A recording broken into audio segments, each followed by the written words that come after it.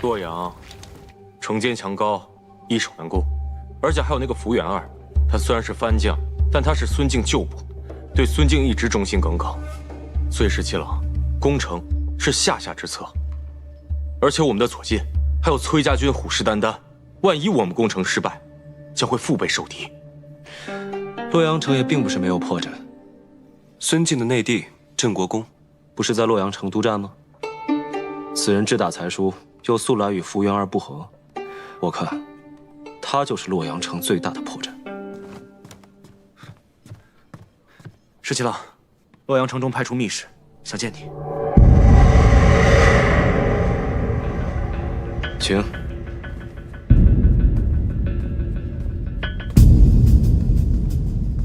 福公竟孤身至此，果然好胆魄。王孙过奖了，福某无他，唯胆壮耳。哎，你必是裴县的小儿子吧？想当年我和你爹一起领兵征伐汨罗的时候，你还在吃奶呢。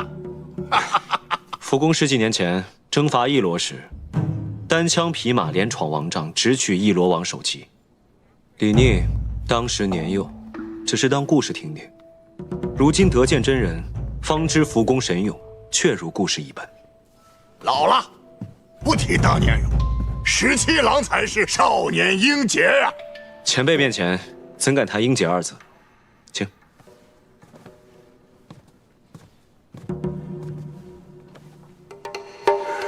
镇西军和崔家军在并州的事儿，老夫都听说了。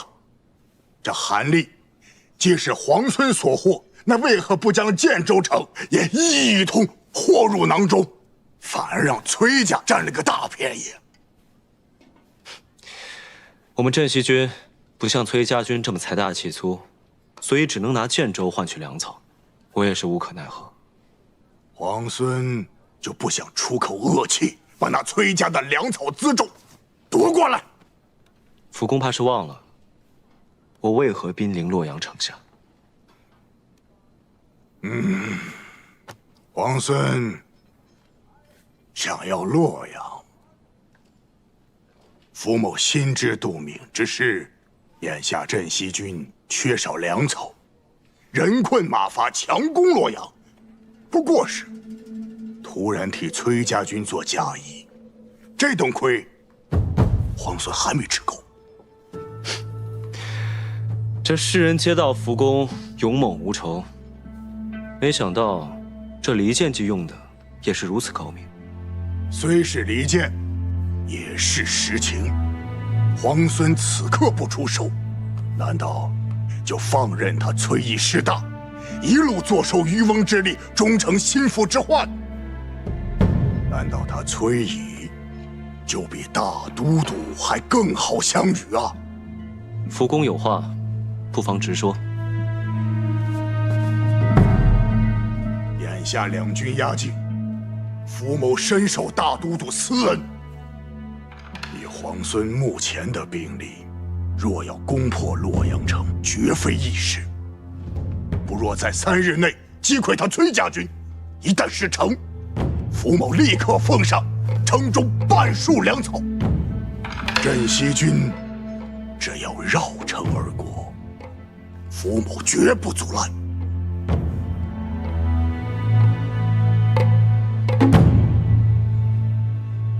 皇孙不妨考虑，明日给我答复不迟。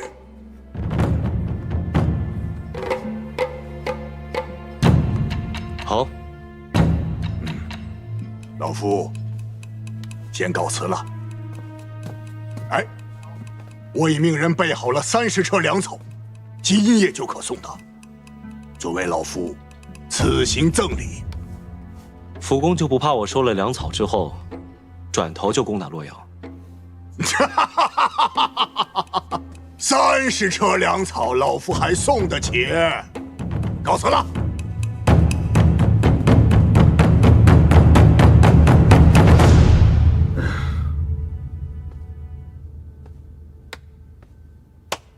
韩立这个蠢材，没想到这么快就丢掉了并肩二州。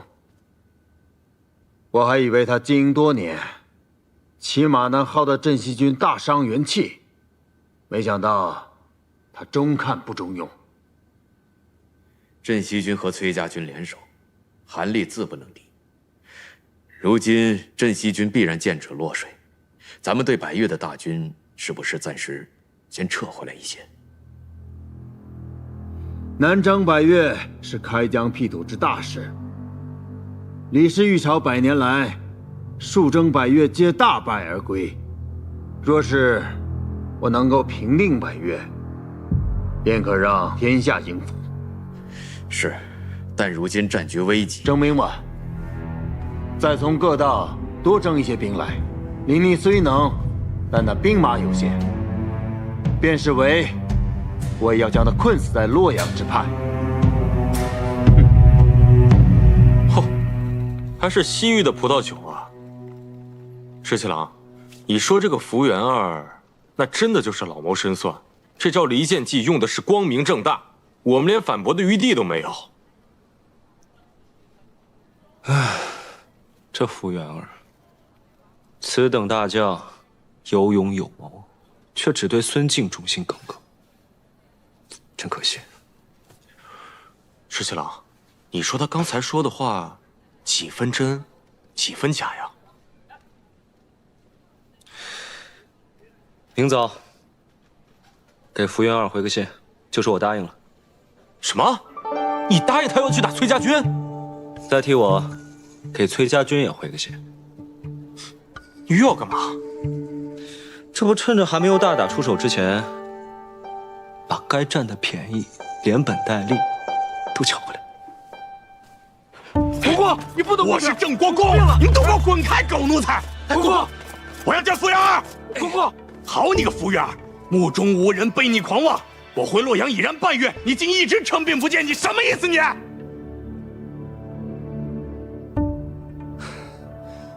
我已然得到密报，说前几日你独自一人前往镇西军大营，私会了李逆。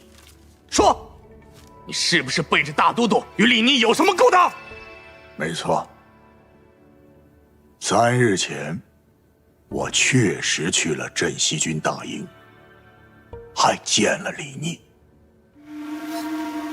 好，既然你都招认了，那就快快交出帅印吧！啊，傅老将军，你可是手握着洛阳军政大权，万一和李逆有什么里应外合的话，岂不是对大都督不利？帅印，那是大都督亲手，除非大都督亲至，否则我是不会交出帅印的。巧言令色你！我见李逆是想逼迫他去打崔家军，两军现陈兵落水，若是联手，这洛阳城就凶险得很呐。最好的法子就是让李逆去击溃崔家军。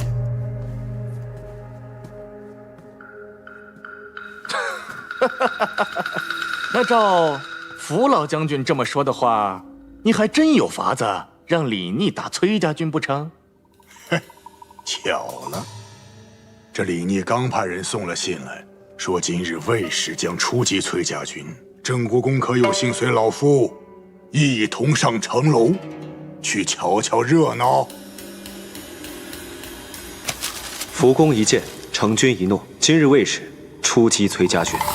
你还是在后方略阵吧，哪有主帅当先锋的呀？我若不亲自上场，福原二怎么会信？再说了，咱们得让崔家军瞧瞧咱们镇西军的实力。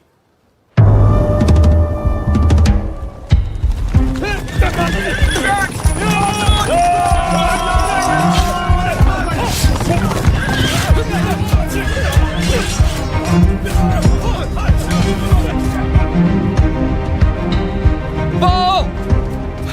镇西军以全数而数杀向崔家军。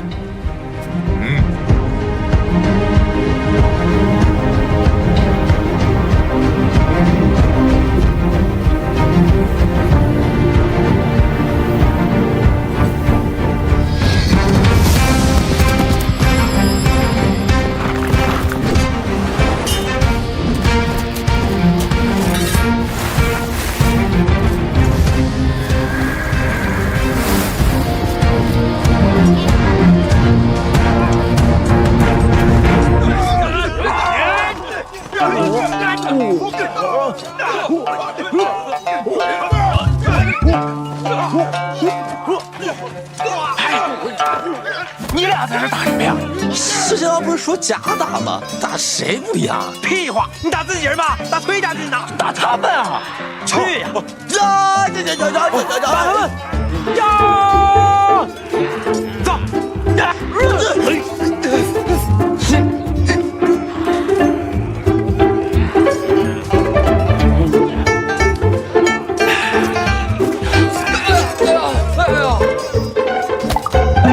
哎呦！你往哪踩啊你啊！竟敢踩你爷爷的手！哟，你不是死了吗？诈尸呢？原来你们镇西军都是这种欺软怕硬、只会诈尸的鼠辈。臭小子，看爷爷今天怎么收拾你！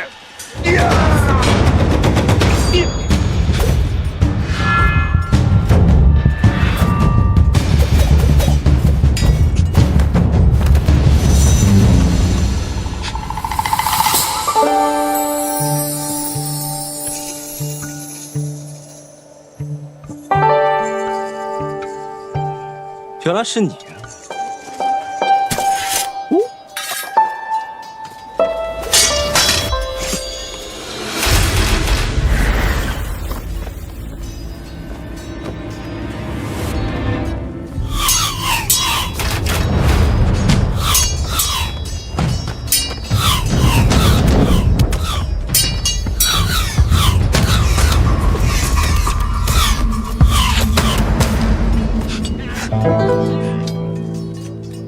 我可又救了你一次啊！好，那我就还你一次。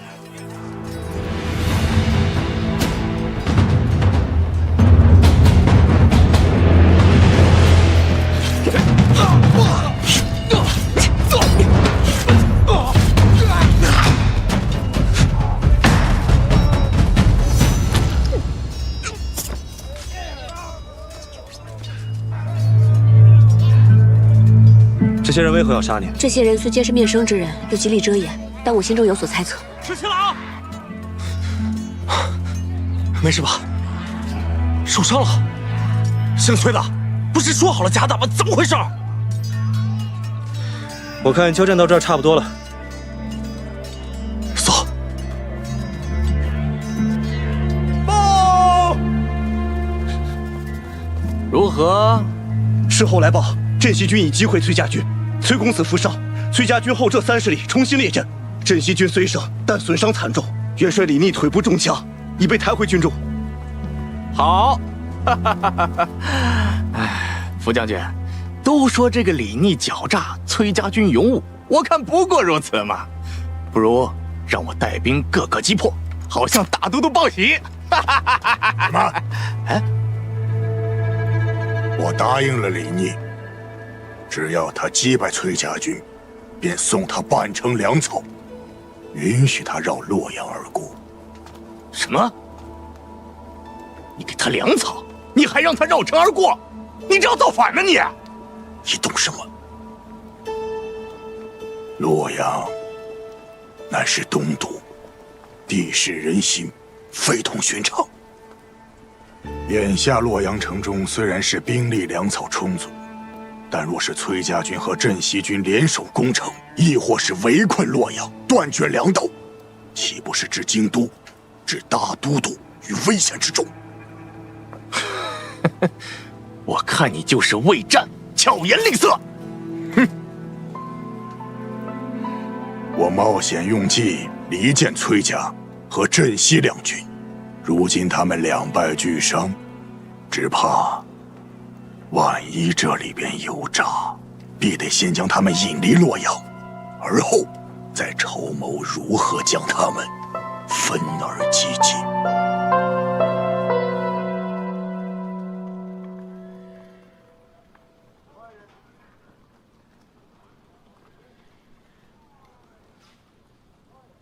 疼吧？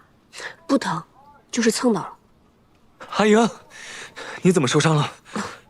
公子，没事儿，我没受伤。没有伤到就好。公子，崔家军的人，有人想杀我。不对，刚才我戴着面具，他们以为我是你。是有人想杀你。那你觉得是何人所为？崔家军中的人能一直这样不遗余力地针对你我，还能有谁呢？看来这个崔丽隐忍多年，终究是忍不住了。公子放心，我会有办法，让他掀不起风浪来。石七郎，哟，石七郎，今儿叫我来，不喝酒了，改喝茶了？以茶代酒，千饮几杯。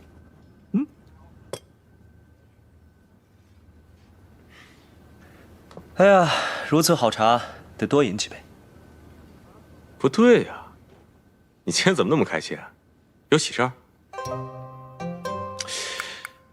哎呀，你算是说到点子上了。我那个朋友呢，原来他喜欢的姑娘，不是人家小妾。哎呀，石七郎，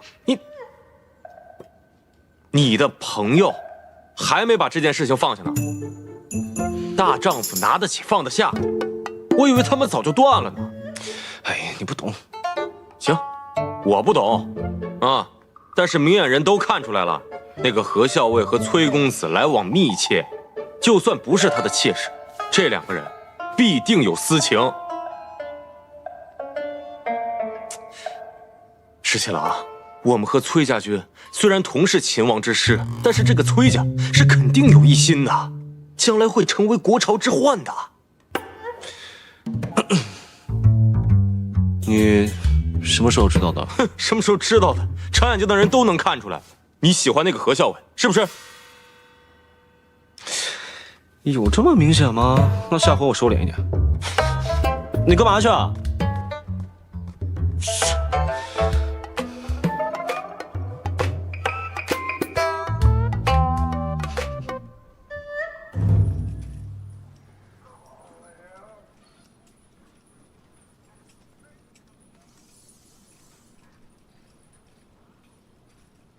小伟，吃饭啦！吃饭啦！桃子，帮我把最毒的毒药拿来，沾唇即死的那种。你要毒药做什么？去拿来就是了。哦，行，我这个去。毒药。哎呀，最毒的毒药。怎么，何校尉知道我来了，想杀我灭口啊？皇孙受了伤，不在营中休养，到我这来做什么？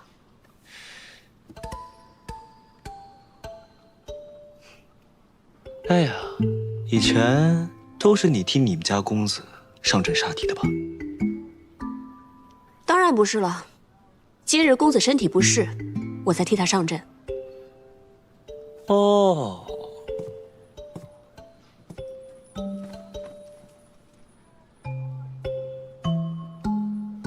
我都已经知道了。知道什么？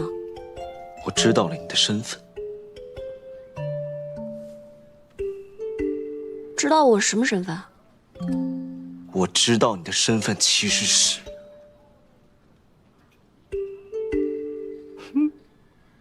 我知道你其实压根就不是崔公子的小妾。我就不是，那又如何？你这个满口谎言的小骗子！啊，跟你商量个事啊，如果我抓到郑国公，洛阳就归我，如何？那不行，即便你能抓到郑国公，除非你们镇西军不需要我们崔家军相助就能攻下洛阳，否则洛阳不能归你。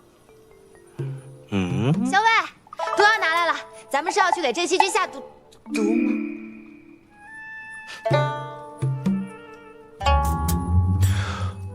回头再跟你聊聊这件事。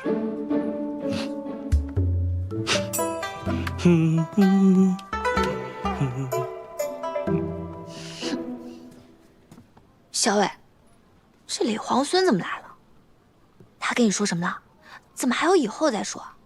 你以前有什么事情都不瞒着我，现在都不告诉我了。这毒药还用吗？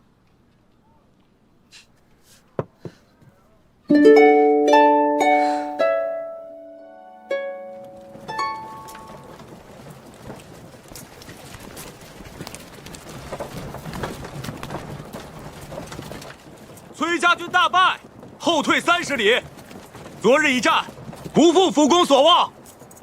这仗打得漂亮，不愧是你阿爷的好儿子。辅公过誉了。昨日一战，皇孙受伤，今日不能前来，特意叮嘱我，谢过辅公的粮草。福某说话算话，答应给他的粮草，就一定会给他的。那就谢过辅公了。转告李逆，让他好自为之吧。是。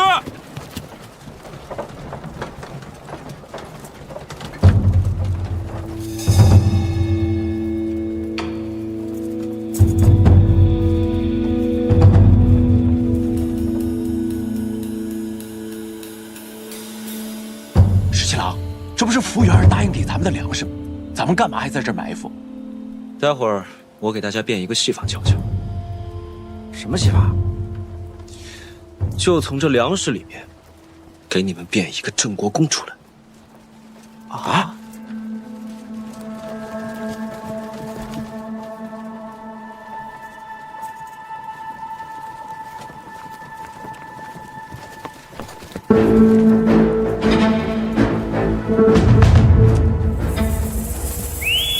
出！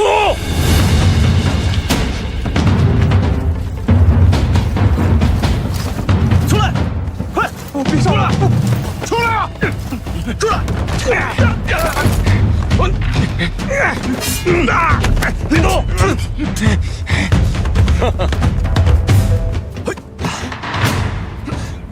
裴将军啊，这够吃多长时间啊？够吃一阵了。这还抓到一条大鱼呢！这下洛阳城啊，稳妥了。这就是孙敬的小舅子，郑国公是吧？啊，哎，长得也不咋好看呀。就是啊，那孙敬的老婆长得肯定也不好看。哎呀，我还没见过国公这样的大官。这甲不错呀，不错呀。这样的大官就义道，竟然嗷嗷的哭。洛阳城的亲贵子弟躲在这个粮车上想偷袭我们，还是我们石七郎神机妙算，把他们逮了个正着。既然已经抓了郑国公，那么这洛阳城就等于是在我们手上了。是啊，太好了，太好了！放开我！将军，镇西军李逆、崔家军崔林合围，带着郑国公及其随从亲贵前来城前，说愿意用郑国公及被俘的城中亲贵换取城池。换什么换？什么郑国公、外国公，都比不上洛阳城。这等泼皮无赖的事，也只有你们镇西军做得出来。你别看泼皮无赖，可是管用啊！敢不敢跟我打个赌？我才不跟你赌呢！姓福的胡儿，给我听好了，我们家皇孙李元帅说了，给你一个机会，只要你打开洛阳城的城门，我们就放了郑国公和这些亲贵子弟，我们保证不拿城中的财帛，不伤害城中的百姓，怎么样啊？这买卖划算吧？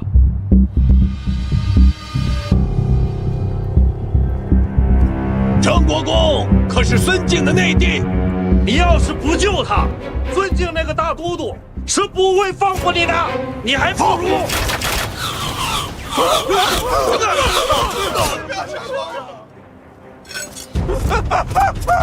放箭啊！射死了郑国公，砍孙敬，不砍了你们的人头！扶阳，你疯了！哎，扶阳，扶阳，别，你放啊！别，放啊！扶阳，别啊！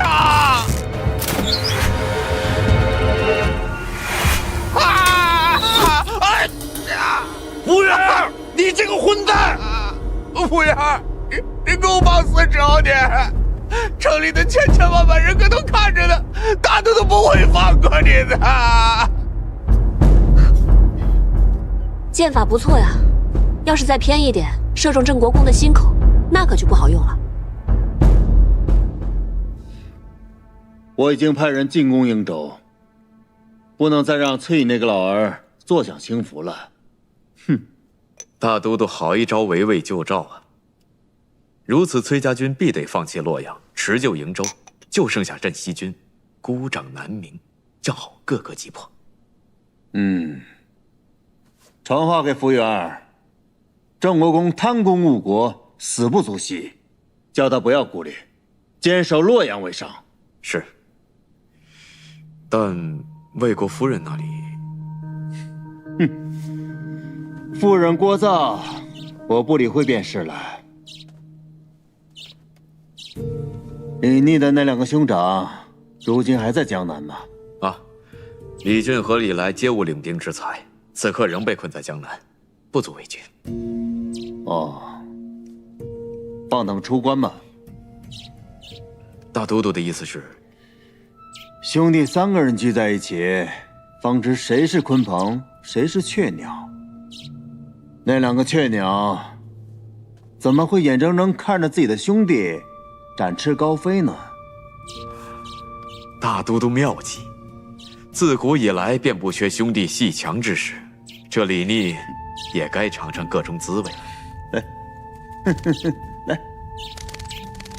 来，这个孙敬用兵诡计，派大军进攻瀛州，但崔家军的主力在此，只怕父亲那边撑不了多久。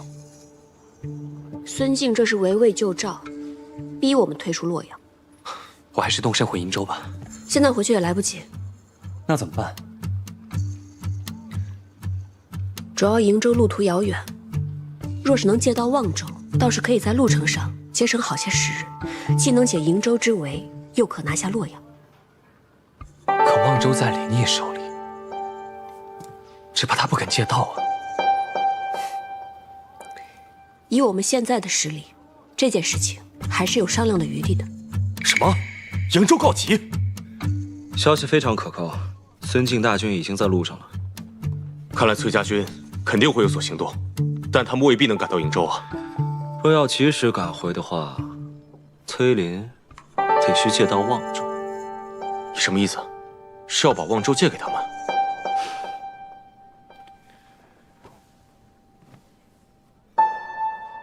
我等他们来还。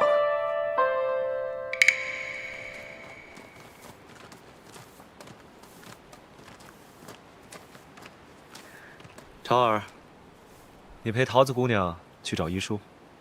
是。桃子姑娘，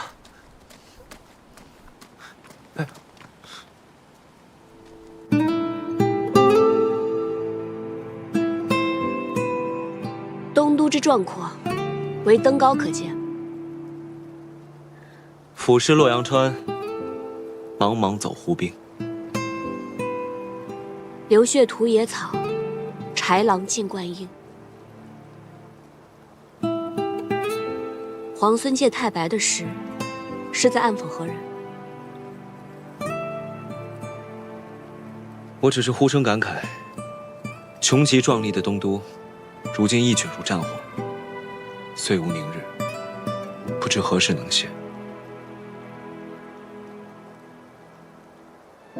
皇孙自起兵以来，便知道，这烽火连天，白骨万千，只有以战止战，方才可天下太平。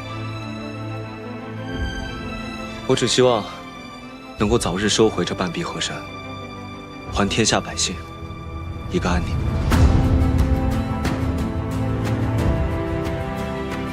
我也希望。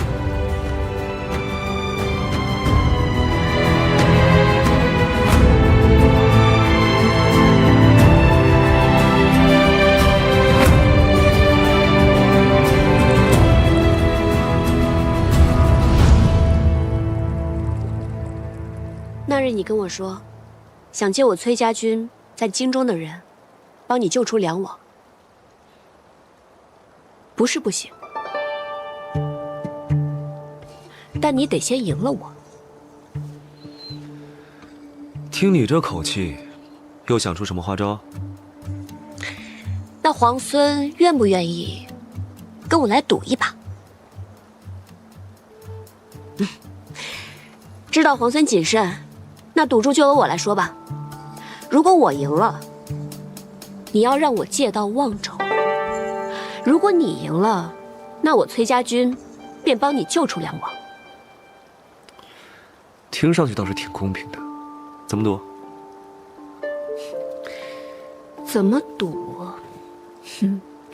其实很简单，你闭上眼睛，我从1数到10，在数到10之前，如果你忍不住睁开了眼睛，那你便输了。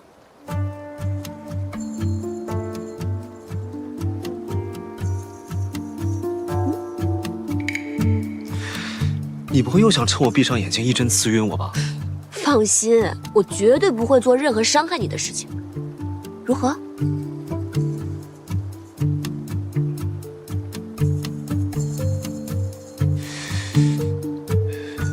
赌。不过呢，我要自己来数数。就算你一针刺过来，我也绝不正面。好，那你闭上眼睛，自己数数吧。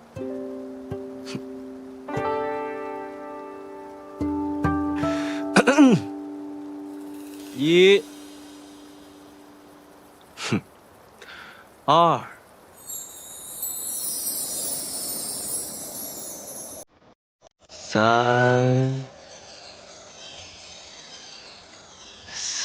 你是最初的。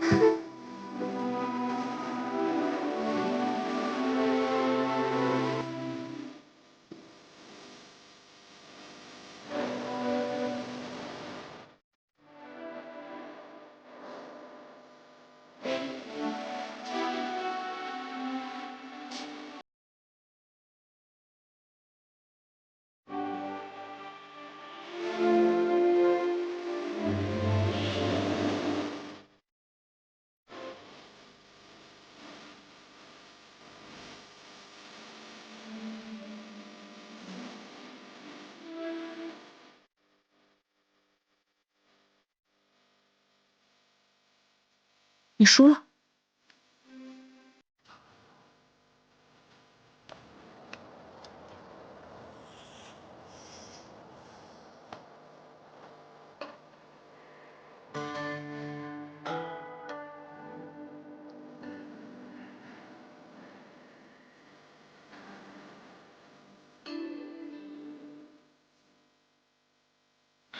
喂，刚才可不可以不算啊？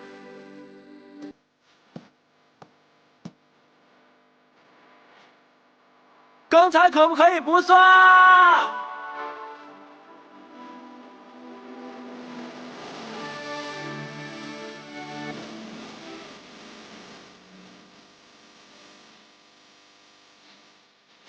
你即使分也不离散，天地为天。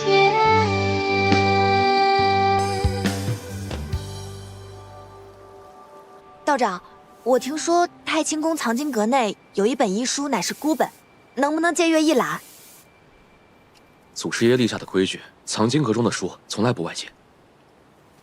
道长，我愿意诚心为观中挑水洒扫，只请道长能够允许我入阁借阅。挑水洒扫都是重活，你一个姑娘家，道长，我愿意帮他挑水。道长，我也愿意帮他洒扫。道长，我也愿意帮忙，还请道长行个方便。那烦请二位去挑水，烦请你们二位去洒扫藏经阁。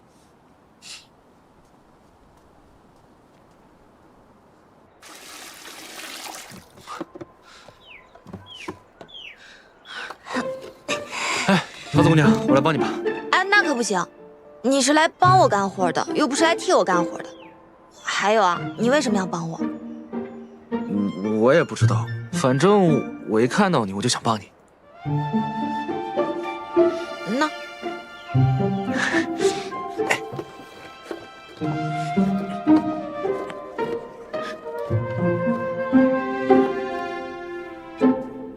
看二位的模样，都是读书识字之人，还请二位在洒扫时爱惜书籍。是。是。你休息一下，我来收拾吧。让皇孙亲自干活，这不太合适吧？既然我赌输了，就让我先略表心意。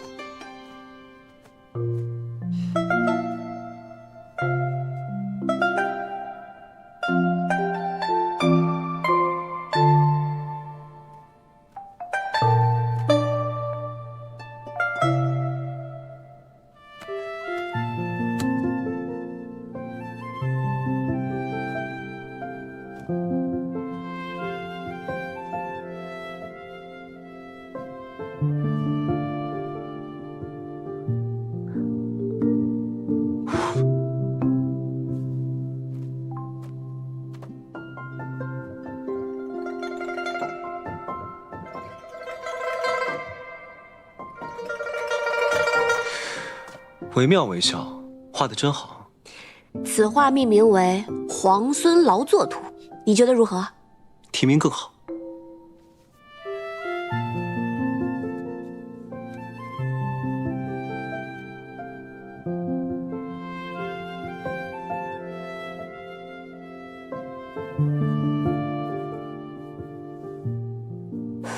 想必这是要赠予我了。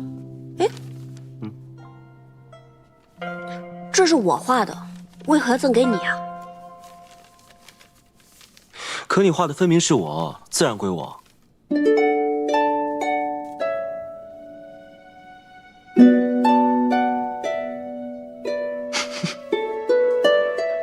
你笑什么？没什么。你在笑我什么呀？没什么，不能说。你快说，你在笑我什么？要是我说了，你不许生气啊？你先说来听听。你呢，将我放在你胸口，日日夜夜这么带着，思念时还可以拿出来看一看，我自然高兴，我一高兴就笑了。油嘴滑舌。哎呀，多谢强赠。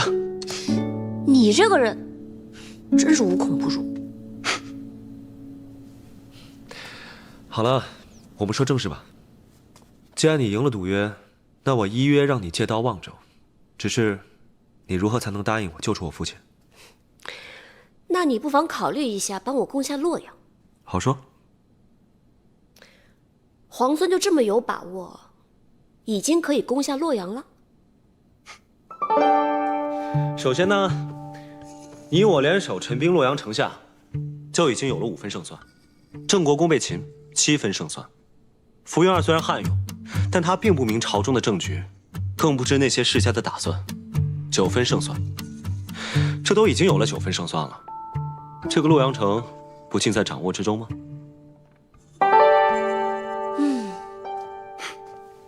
皇孙如此替梁王谋划，梁王何幸？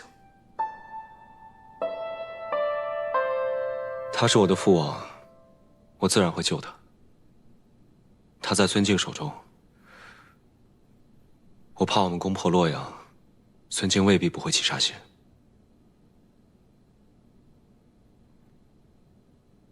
那不如置之死地而后生。置之死地而后生。傅云儿假借大都督之名，是绝对不会救我们家郑国公了。只怕诸位府中的主人，傅云儿也是不会救的了。那要怎么办？那怎么办？傅云儿是不能指望了，我们必须靠自己把主人救出来啊！这话说的对。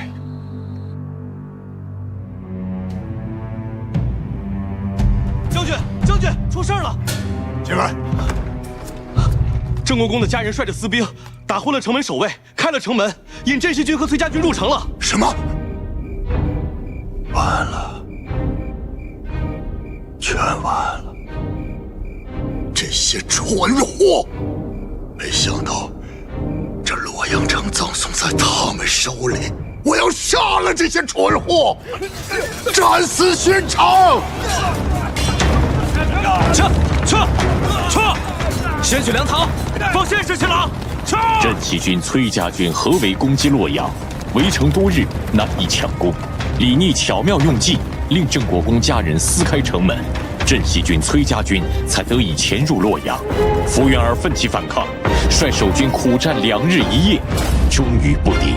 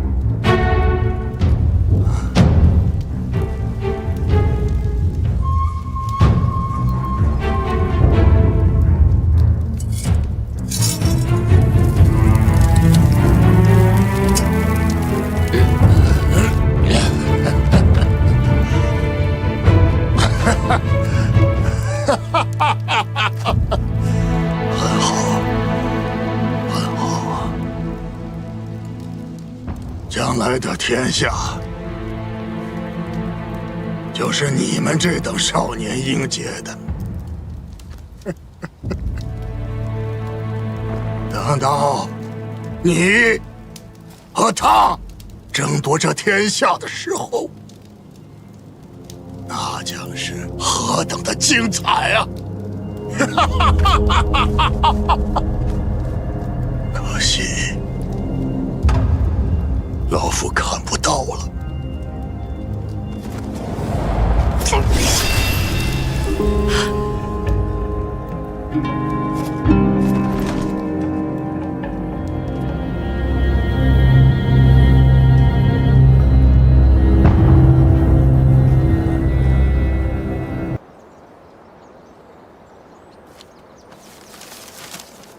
怎么样，桃子姑娘，我买对了吗？ 小薇让我给皇孙殿下配的假死药，可是复杂的很呢。要是找不到所有的药材的话，这药可就配不出来了。这里面还差着好几味药呢。可是集市上的药材铺子，我都已经跑遍了，你要的那几味药材，实在是买不到。那要不然，我陪你上山采药材吧。那，我前些时日呢，配置了一副毒药，只要人沾到身上啊。 就会奇痒无比，我倒是把解药给研制出来了，就是苦于还没有人来帮我试试，不知道到底有没有用。那我来治，这可是会很痒的，我可没跟你开玩笑。万一我那个解药不管用，你至少会养上3天3夜的。没关系，桃子姑娘，我相信你。行，那就这样，既然你都帮我试了解药，17郎要的药材，我一定尽快给你配好。好。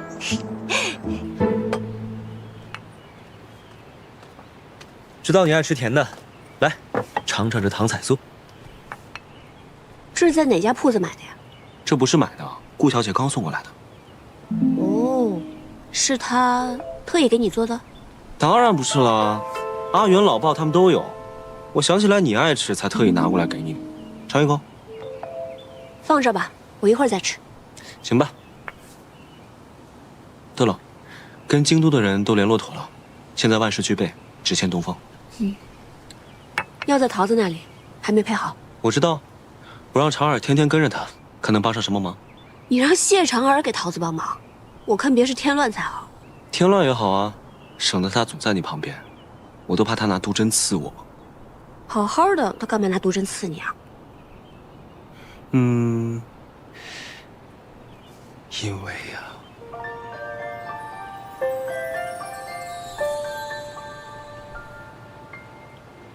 咱们拔营吧。与镇西军同住在这里十分不便，哪怕今日在外面搭营帐，也要搬出去。是。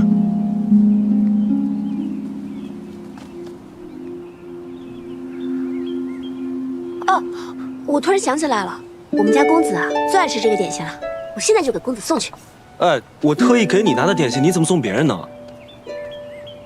那不也是别人送给你，你才拿来给我的呀？哎，哎，哎，哎。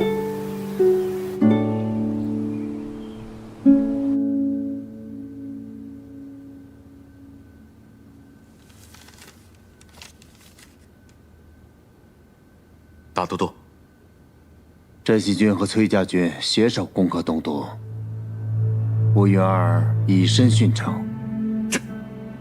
崔家军进不即刻回援瀛州，还与镇西军联手攻打洛阳。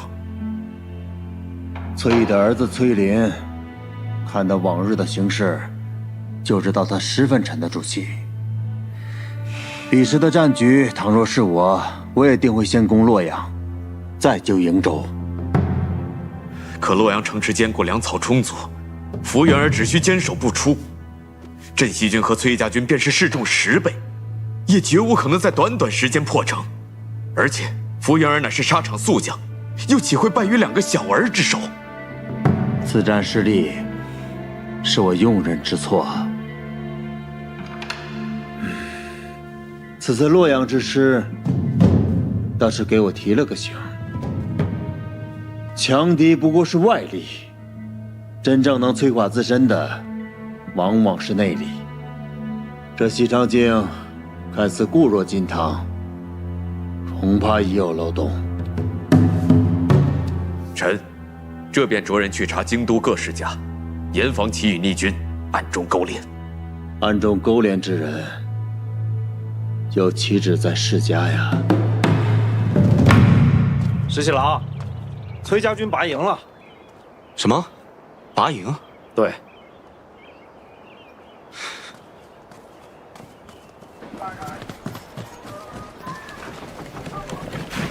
小伟，都已经说是差不多了。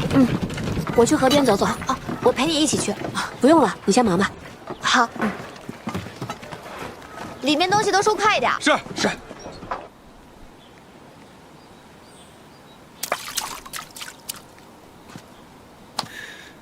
怎么说都不说一声，就突然要拔营搬出城了？我们崔家军如何行事，还要向皇孙禀报啊？那倒不是，只是走得匆忙，想起不能送你一程，又想起不久后你便要回瀛州，从此山高水远，不知何时才能相见。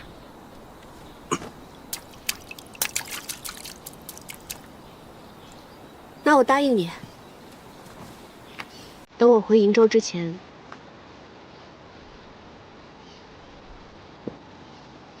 一定好好来跟你道别。你说的。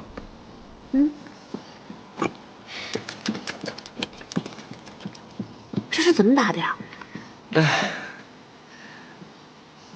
在劳兰关，狼特别多，每一次出城遇到狼时，我们便会随手捡起一块石头来打狼。日子久了，大家都学会了这项技能。每当闲暇的时候，便会在劳兰关河边打水漂。赢的那个呢，第一块烤羊肉便归他。听起来真有意思。想试试吗？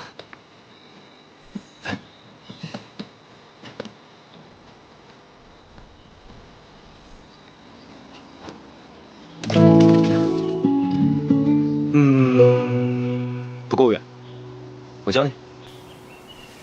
我教你，拿着。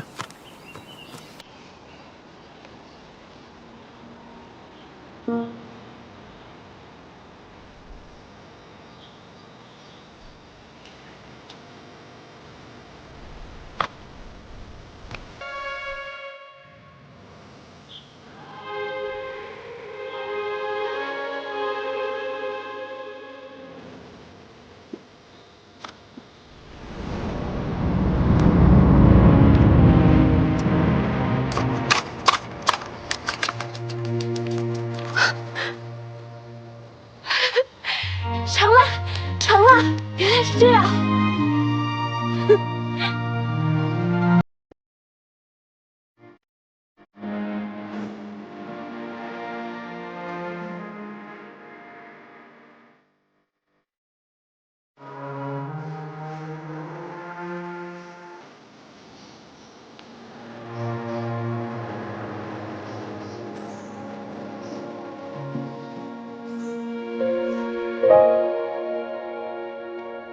十七郎，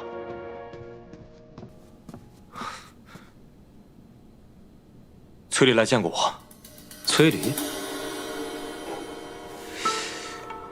此人志大才疏，且小人无解，为了权势不择手段。怎么，他找你所为何事？他想联手我们击杀崔林。小裴将军，在下有意与镇西军联手，击杀崔林。你就不怕我把你绑了起来，送到崔公子面前啊？恕在下直言，就在杀崔林这件事情上，你我二人的立场应该是一致的呀。从望州到洛阳，我那个堂弟应该没少给你们添麻烦吧？如若没有他，粮草你们有了，这城池你们也早就拿下了。小裴将军，你难道就没想过斩草除根，除掉这个心腹大患吗？在下可以向你保证，等崔林死后，这崔家军由我节制，到时我一定拥戴皇孙，以镇西军马首是瞻。事成之后，洛阳由我节制，如何？张口便要洛阳，你胃口不小啊！小裴将军，这洛阳由在下节制之后，镇西军便可长驱直入，直奔的西长京。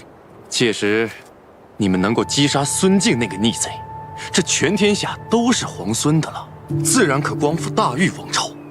到那时，还会在乎区区一个东都吗？是吗？如此，便一言为定。在下斗胆，还想向将军讨一信。什么信？还请劳烦皇孙手书一封，言明事成之后，那洛阳由在下节制，如何？是，小裴将军，这是何意啊？崔公子想要皇孙殿下的手书，也要看能不能杀了崔林。你什么事情都没干，就想要手书，恐怕不太合适吧？啊？是，将军说得对。不如这样，在下先去把崔林的手下们给，待事成之后，再向皇孙讨要信物，这样如何？届时再谈吧。此等小人，必须告知崔林，让他提防一二。十七郎，我知道你要说什么，不过我还是想堂堂正正与他在战场上一决高下。我并不愿意看到他被小人暗箭所伤。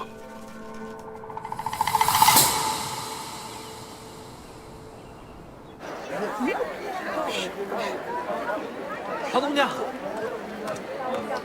陶子姑娘，这个是十七郎给何校尉的。还有这个，这是我给你。这是什么？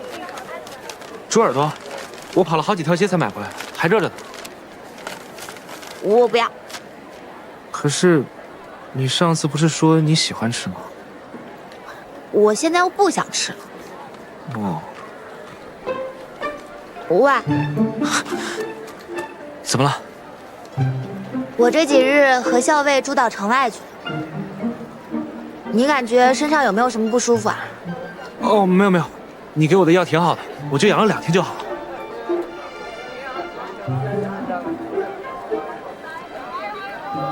那，这个给你，每日涂3次，这回的药包管灵验。谢谢桃子姑娘。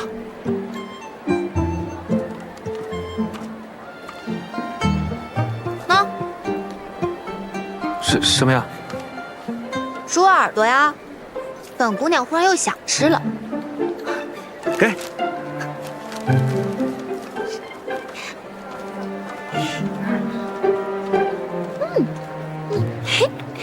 姑娘家真奇怪啊。校尉，皇孙殿下的信。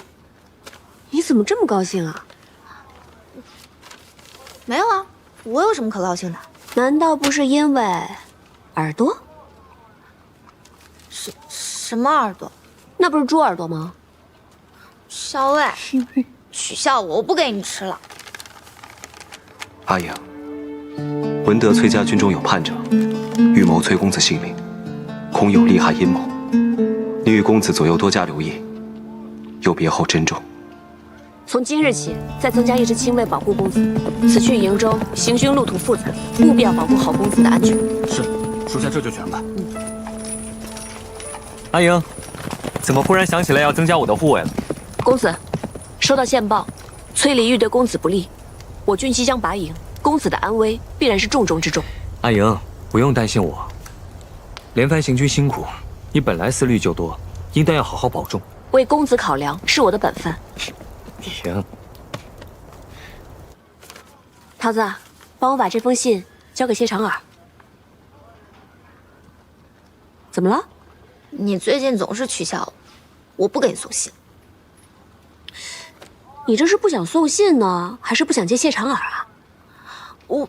哦，要是后者的话呢，这样，我在信上呢再添上一句，告诉他们以后送信就让老鲍来，免得惹我们桃子姑娘不高兴。哎，你看你，那他们都是一丘之貉，谁送不都一样？哦，我来吧。那你早去早回啊，可别欺负耳朵。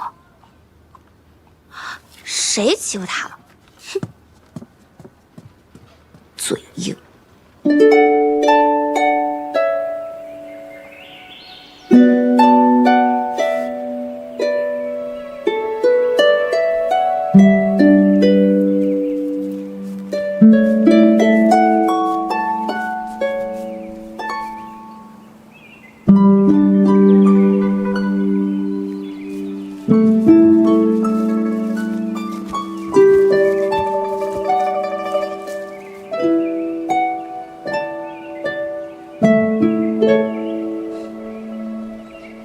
皇孙，这是睡着了？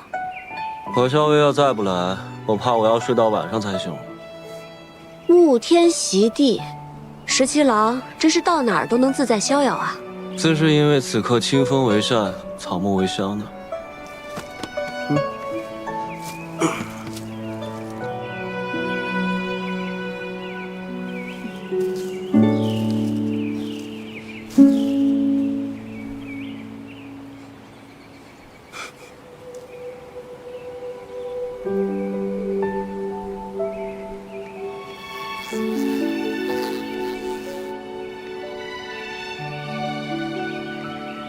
你睡着了？睡着了。你为什么要提醒我，崔离会对我们家公子不利啊？因为我提醒了你，你就定然会回心来见我。若是我偏偏就不约你见面呢？那就我约你见面呗。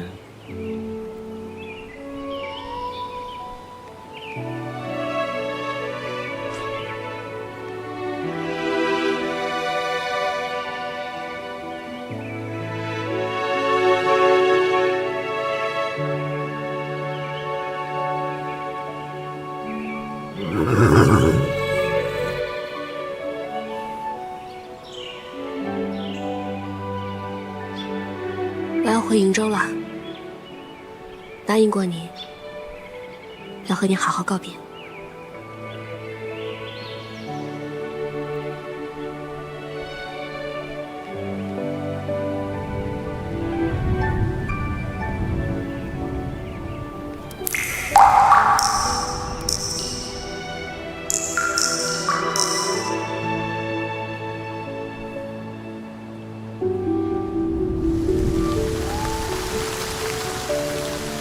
下雨了，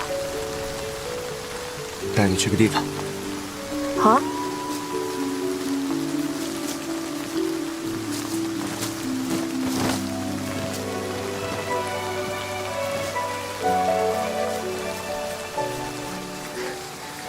没想到黄森还准备了这么一间屋子。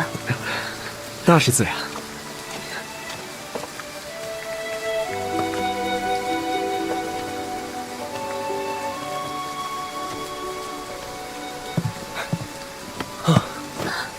还好有这个屋子躲雨，要不然我们就成落汤鸡了。黄森落汤鸡的样子，我又不是没见过。巧了，姑娘落汤鸡的样子，我也见过几次呢。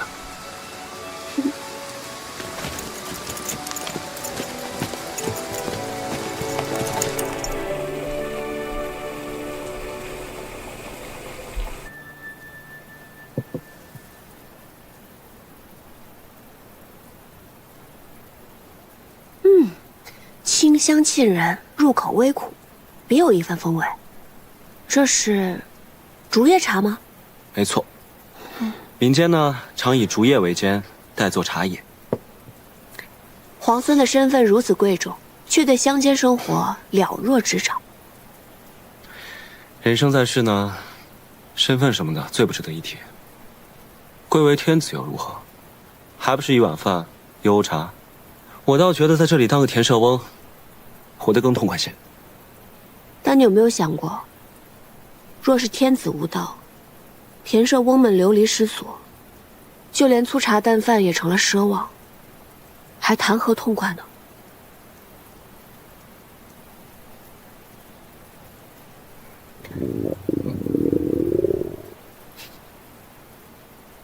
也不知道这儿有没有一碗饭，可以填饱我们田舍翁的肚子。都准备好了。这是好。哇，这不行。我厨艺不精，如果你不嫌弃的话，我给你露两手。石七郎亲自下厨，我岂敢嫌弃啊？不过，我好像什么都不太会。啊，生火我应该行。好，就这么定了。我来看看啊。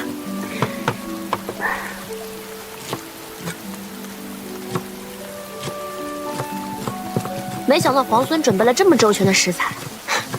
我怕你肚子饿呀。哇，你还真的会烧菜啊？这有什么的？我们在劳兰关，洗衣、打猎、缝纫、做饭，不都是自己来？那你在劳兰关的时候，没有带侍婢吗？我要带侍婢的话，与我在京都王府里的生活有什么分别啊？身为皇孙，却不喜欢王府锦衣玉食的生活，倒是有趣啊。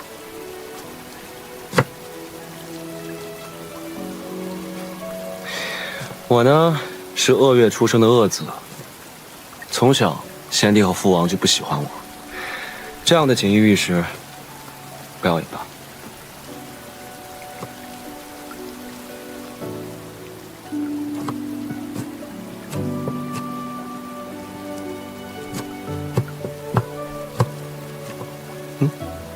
拉风箱烧火呀。好。烧火放火是我最擅长的。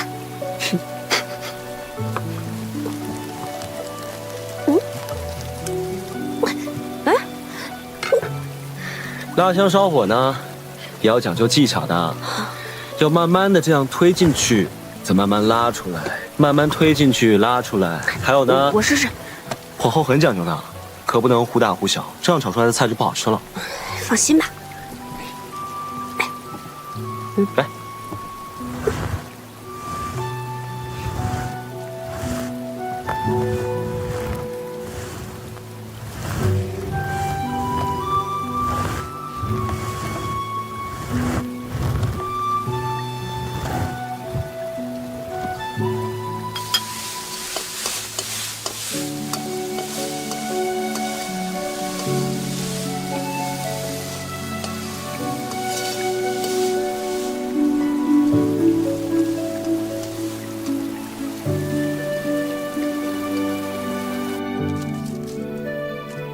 来啦，米饭来啦！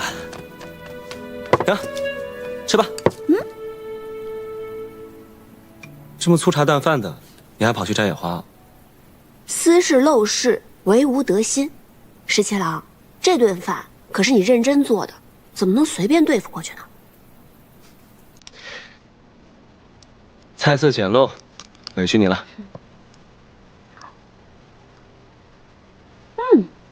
如何？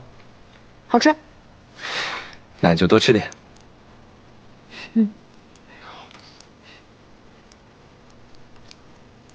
你不怕我的饭菜里下毒啊？当然怕了。所以刚才啊，我在烧火的时候，已经放了毒液。皇孙，你现在已经中毒了。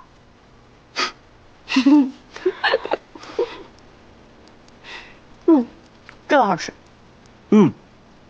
这倒是我拿手的。啊，这个你再多吃一点。好吃。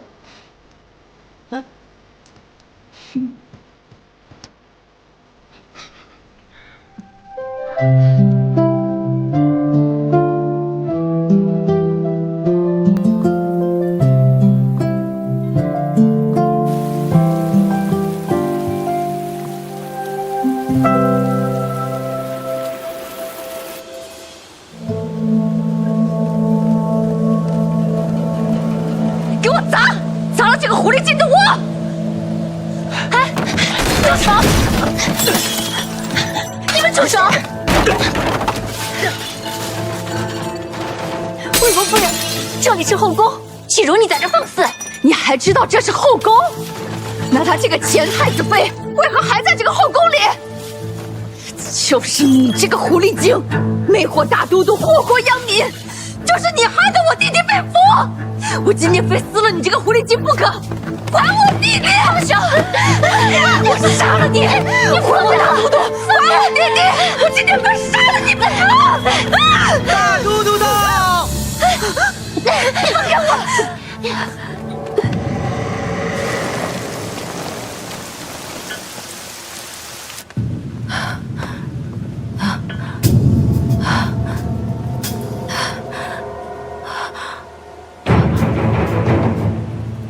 来人，魏国夫人病了，不得下去，速速请御医。是。大都督，哎，放开我！大都督，大都督，给我退下！大都督，如何？你受伤了？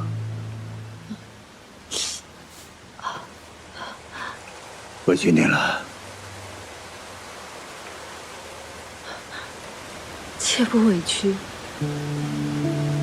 我早知道就会有今日，怎会委屈？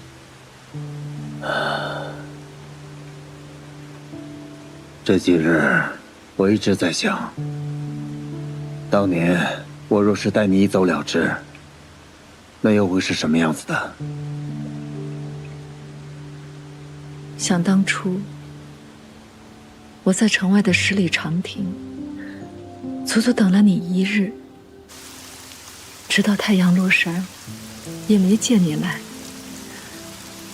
我就知道你再也不会来了。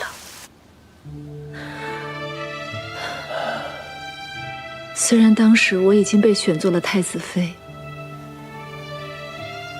但是只要你愿意带我走，我是可以跟你远走高飞的，隐姓埋名，哪怕做一对贫贱夫妻，我也甘之如饴。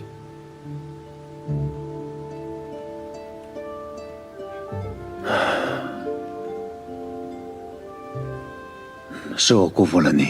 不，我也知道，你上有高堂老母，下有弱弟幼妹。若你真的待我一走了之，那就是满门抄斩的大罪。我如今罪孽深重，可是只要想到和你在一起的日子，哪怕是偷来的，只要能和你在一起，不管别人骂我还是唾弃我，我都是那么的高兴。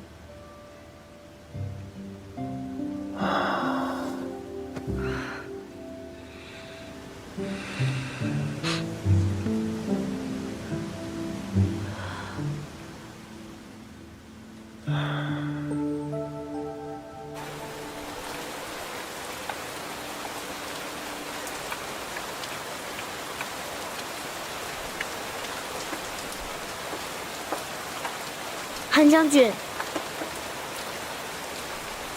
咱们现在距离西长京，是不是已经很远很远了？已经有数千里了，也是快马驰骋，也得10数日。母妃最后跟我说的是，阿泽，你快逃，逃得越远越好。可是韩将军，我不想再逃了。我是太子的长子，我是国朝的太孙，但现在我每日都像老鼠一样东躲西藏。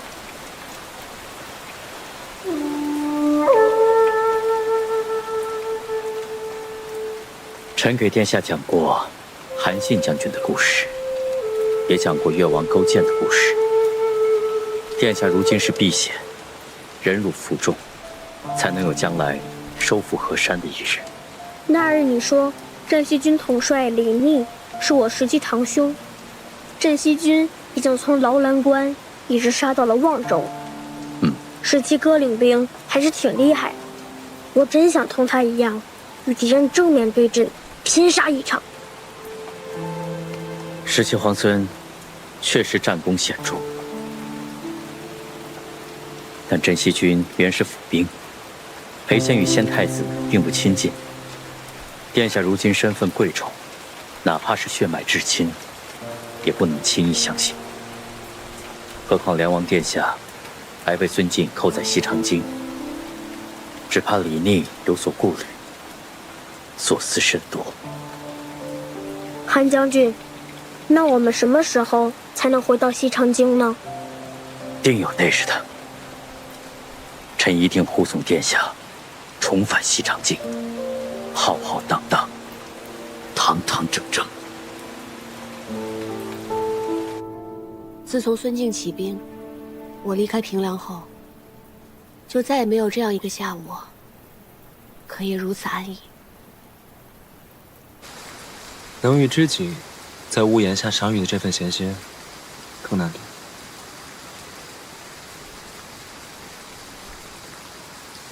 前几日，我还做梦回到劳兰关，打了一头特别肥的黄羊，正烤着呢，梦就醒了。我很好奇，劳兰关真的有那么好吗？值得你如此念兹在兹？行无辙迹，居无仕路，岂不快意？日后，我邀你同我一起去劳兰关，你可愿意？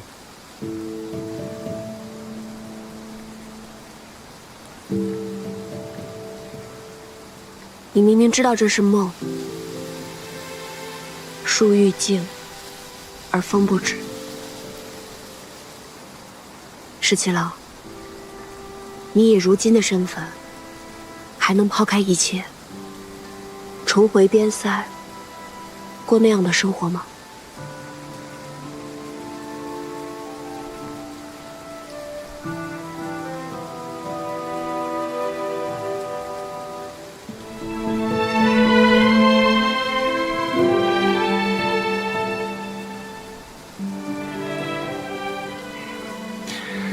难得有一场好雨，将你我困在这里。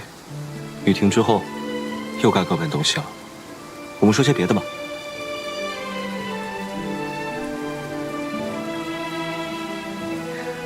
好，那就说说你吧。你小的时候是不是特别顽皮呀？何止顽皮，简直顽劣。我父王打我的藤条都不知道断了多少根呢。看来梁王殿下这番苦心管教，这收效却是甚微啊。我倒不怕挨打，我就怕念叨。我娘生我时，难产而亡，整个王府之中，只有董王妃对我十分照顾。我父王又不喜欢我，我的2位兄长都仗着父王的偏心，总让我顶包挨打。日子久了，父王就更讨厌我，见到我就皱眉。真想不到，你还受这样的气。我那2位兄长都是董王妃所生，我娘是董王妃身边的侍女，听说从前义不得宠，幸好董王妃对我娘十分照顾。我阿娘过世之后，又是董王妃抚育我，为着王妃，我也就万事不与兄长们计较。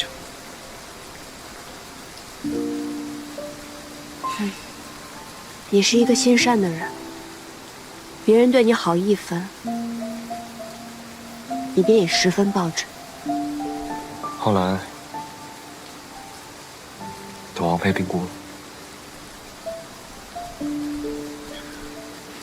我在家中了无牵挂，也厌倦了在京都的生活。我宁可戍边保家卫国。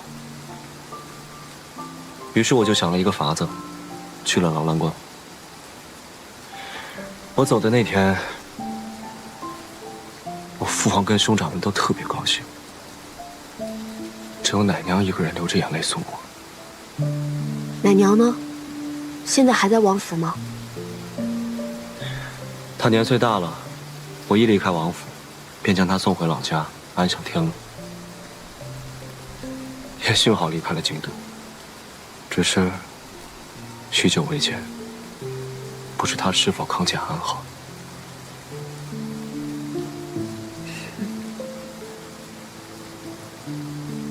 还能有记挂着的人，就不会觉得孤独。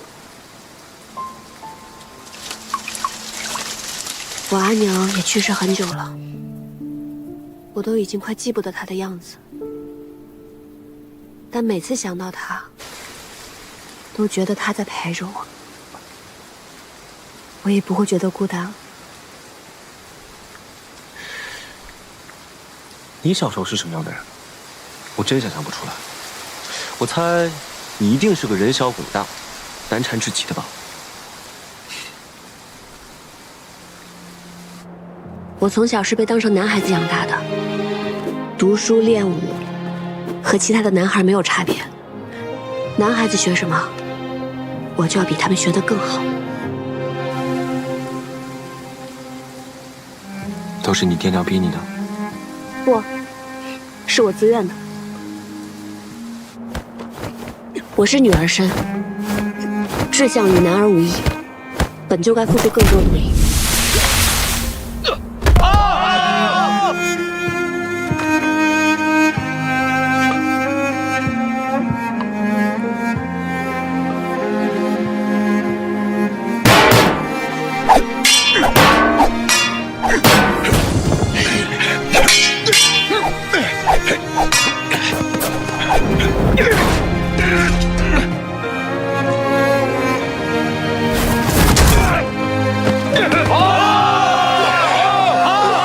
都是起3更，睡5更，要比旁人流更多汗，甚至流更多的血。有时候太累了，受伤了，即使十分辛苦，也会默默忍着，更不愿意让任何人知道。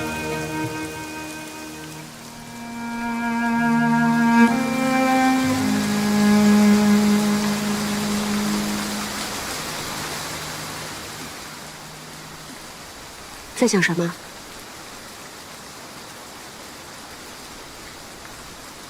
我在想，要是我们早些认识就好了。为什么？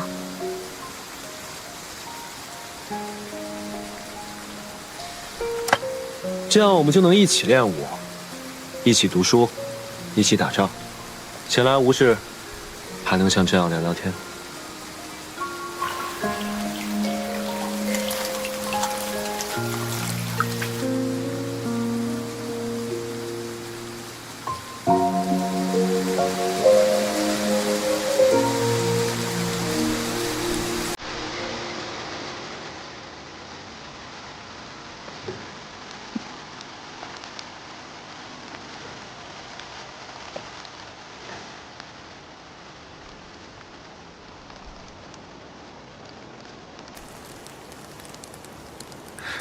这么快雨停了？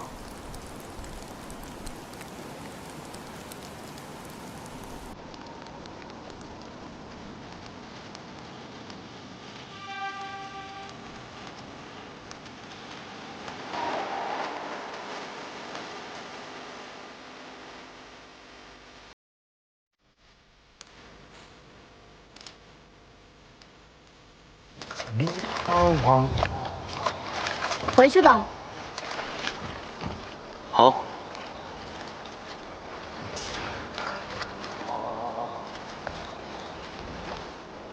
躲在你心上，轻轻。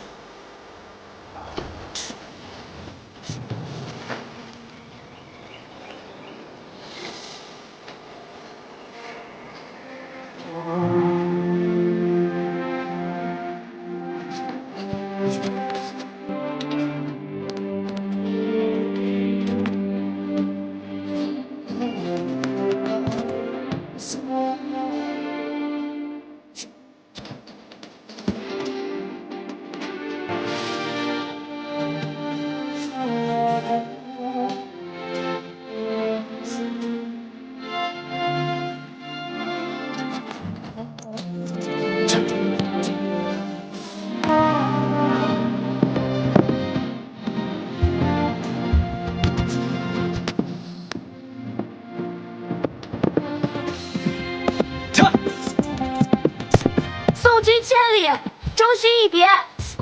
回去吧。我再送你一程。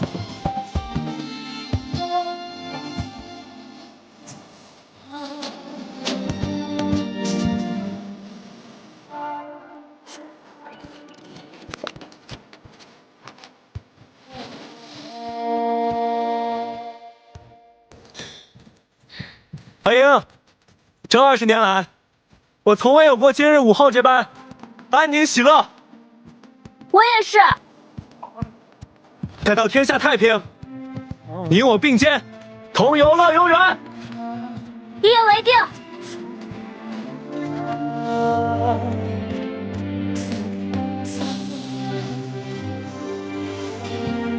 撤。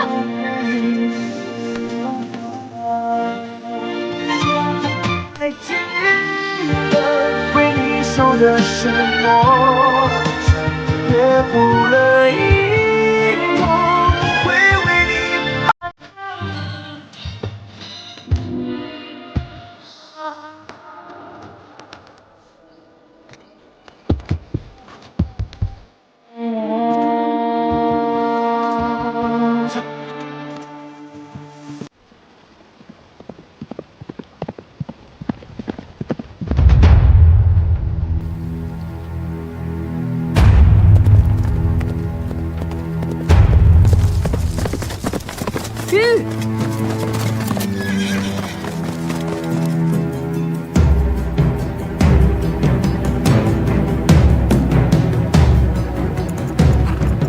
水里，为何拿我？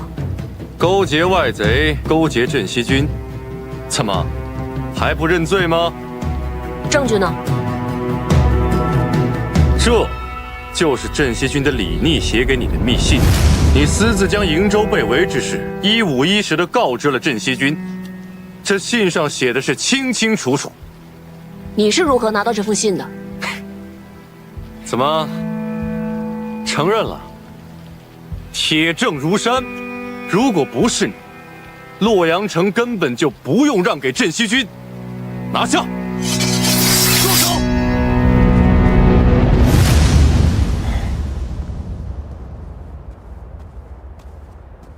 十七郎，你可算回来了。出什么事了？接到军中急报，李俊和李兰已经率军兵临洛水。看来，这孙敬早就撤出了围困我兄长的兵马。我那2位兄长，果然是不负所望。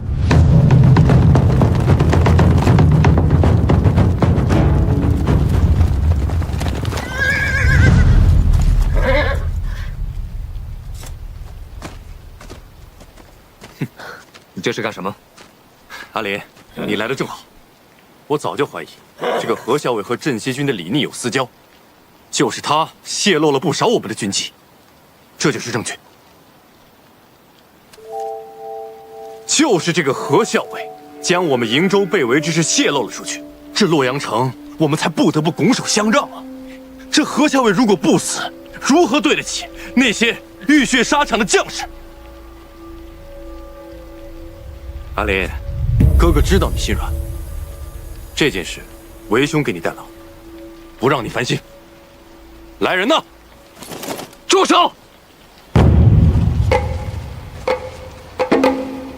崔离，这封信是桃子手抄的，公子也知道这件事。何校尉近日在军中发现有异动，将此事禀明我之后，刻意写了这封信作为诱饵，只是为了看看谁会上钩。你这是设计陷害我！信在我屋子里，若不是你存了害人之心，派人去窃取，又为何会到你手上？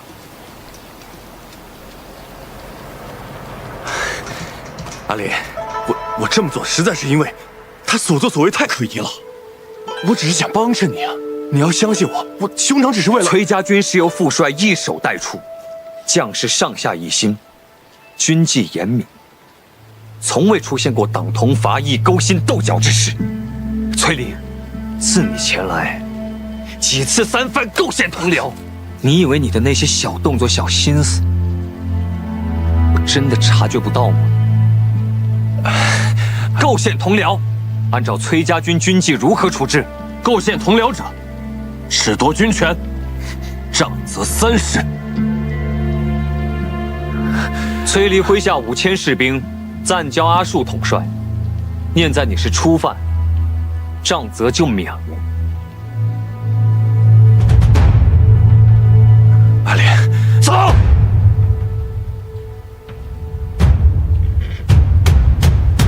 这次啊，借机收回了崔离的兵权，想必如今他也翻不出什么浪花来了。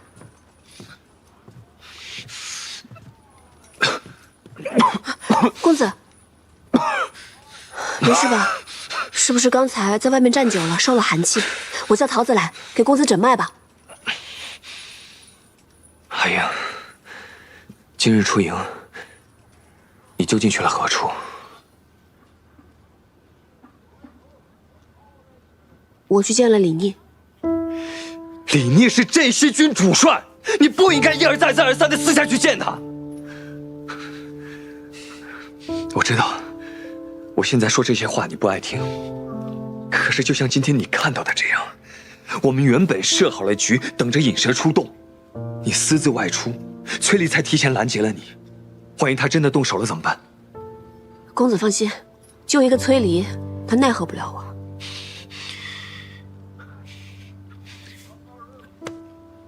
哎呀，我知道你胸有成竹，可是刀剑无眼啊！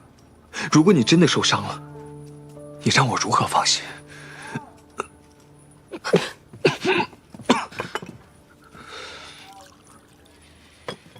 公子，快，先喝杯茶，快喝。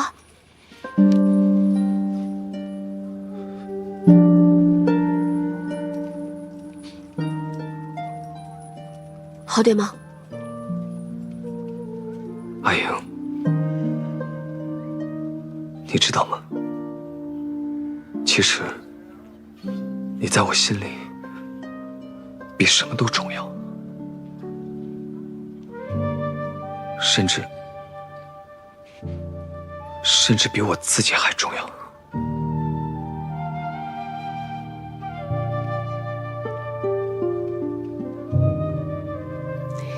你我从小一起长大，我一直都把你当做兄长看待，所以，于我而言，你也很重要。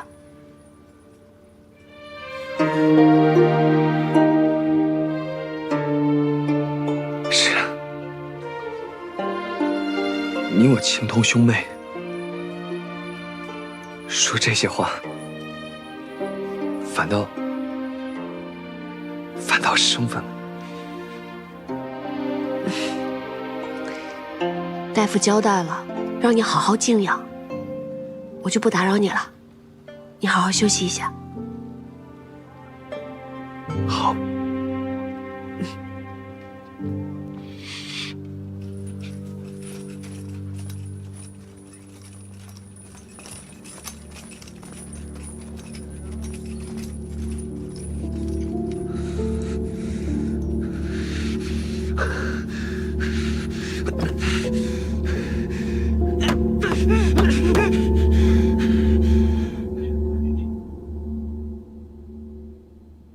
最迟明日，李俊和李来就会率军抵达洛阳。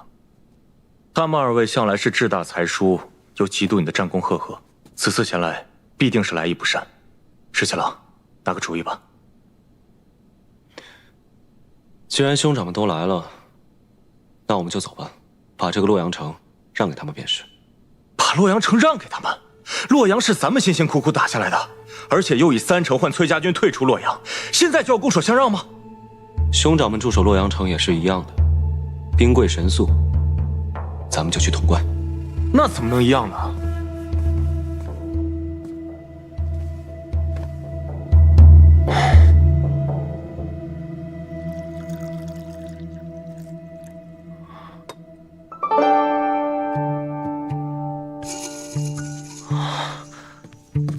我明白了，潼关地势险要，北抵渭水，南临秦岭，东入中原，西进关中，而且扼西长京和洛阳的驿道，兵家必争之地。孙敬一定想不到咱们会放弃洛阳，打他个措手不及。拿了潼关，就犹如扼住了西长京的咽喉，距离攻破西长京也就不远了。哎呀，这样最好了。只要潼关在我们手上，他们二位就算是有所作为，也是进无可攻，退无可守。石七郎，我还以为你会对他们二位心慈手软，现在看来，如此甚好。我的确是为我那2位兄长着想，他们好大喜功，又容易得意忘形，不如就让他们在洛阳城里面待着，免得万一他们又中什么圈套，我还要费尽心思去救他们。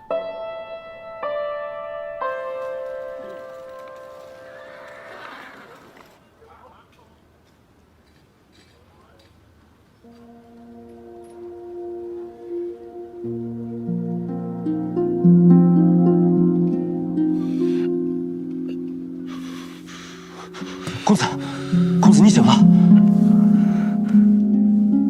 何校尉呢？啊，他昨晚都在自己的营帐中，未曾出去。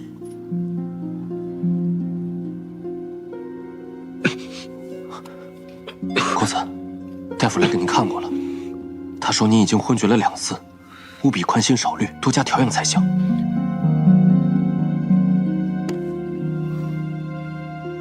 我知道您心里还放不下何校尉。但是他迟早会明白，这世上对他最好的人就是公子你啊！他那样聪明，我对他好，他自然能感受得到。那公子你更该放宽心了。校尉他并不是知恩不报的人，昨日您不顾生病去救他，他看在眼里，定会感动的。可是我偏偏想要的，从来都不是他的感动和回报。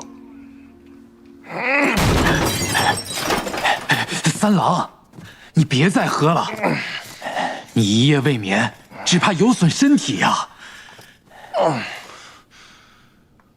好你个崔林，联合何氏，设计骗我，逼我交出了军权。眼下看来，他们已经对我起疑了。日后再想行事，怕是不易了。三郎，刚刚接到密报，镇西军那边又给何氏送信了。翠林知道吗？密信直接送到了何氏的营帐，主帐那边并不知情。这回，咱们还要派人去探查吗？经过昨日之事，何氏或许会放松警惕，能够探查到什么也未可知。只要崔林还在，想对何氏下手就不是个易事。不过，如若真能探查到什么情报，倒也是有利无害。命人再去探查密信的内容，万不得露出任何蛛丝马迹。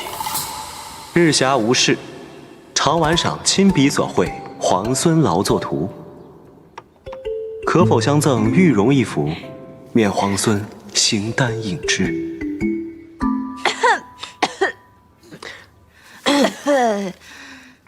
哎，校尉，你不回信啊？这么着急做什么？我不着急啊，这个信又不是写给我的。哦，你不着急，这样我先处理会儿公文，你先去休息会儿吧，不用陪着我了。我是不着急，但是那个送信的谢长尔他着急。这么晒的天气，人家早回去了吧？哎呀，你不知道，那个人是个死脑筋。你要是不回信，不跟他说的话，他一准还在外面等着呢。小伟，那我可就告诉他了。我去了，我真走了。等等，既然你这么着急的话，那我就回上一封吧，免得让我们桃子姑娘白白跑一趟。好，我等着。校尉，之后来报，镇西军已经撤出洛阳，梁王长子临淄王李俊率军入城，最迟今晚，梁王次子会稽王李来也将率军抵达。知道了。真没想到，李皇孙对两位兄长还真是挺大方的，说让就让了。不过校尉，皇孙退出洛阳以后，那是要去哪儿？他在信里说了吗？信上当然不会说这些话呀。信上不说这些，那你们都聊些什么？哼，闲话而已。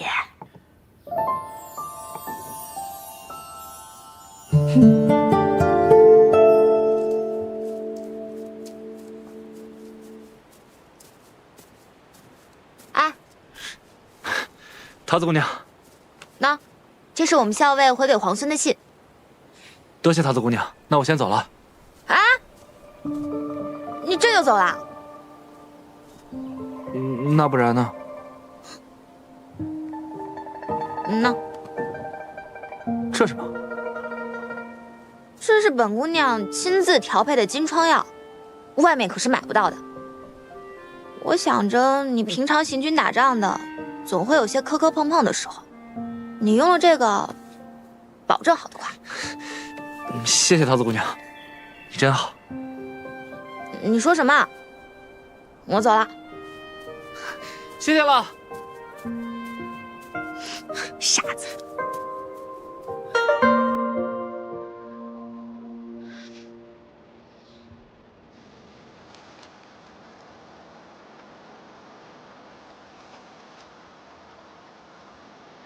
昨夜宿于郊野，仰头月色如洗，即可手摘星辰。前日与东都朱雀皆购入干果，其味甚佳，嚼之如碎玲珑，可伴漫漫长夜，与君共赏。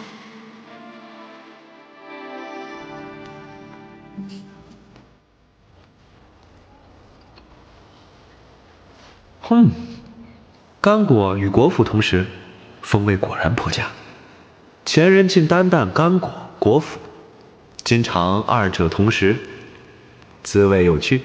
味有趣。预。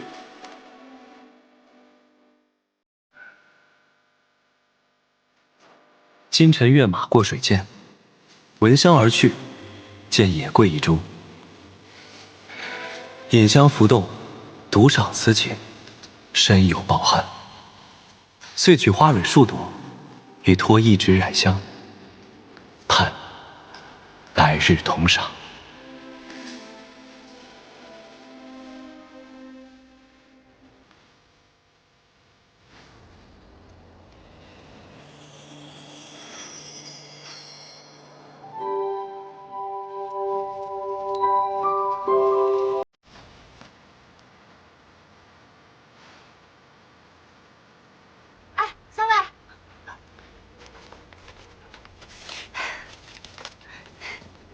小魏，找了你半天，原来你在这儿，怎么了？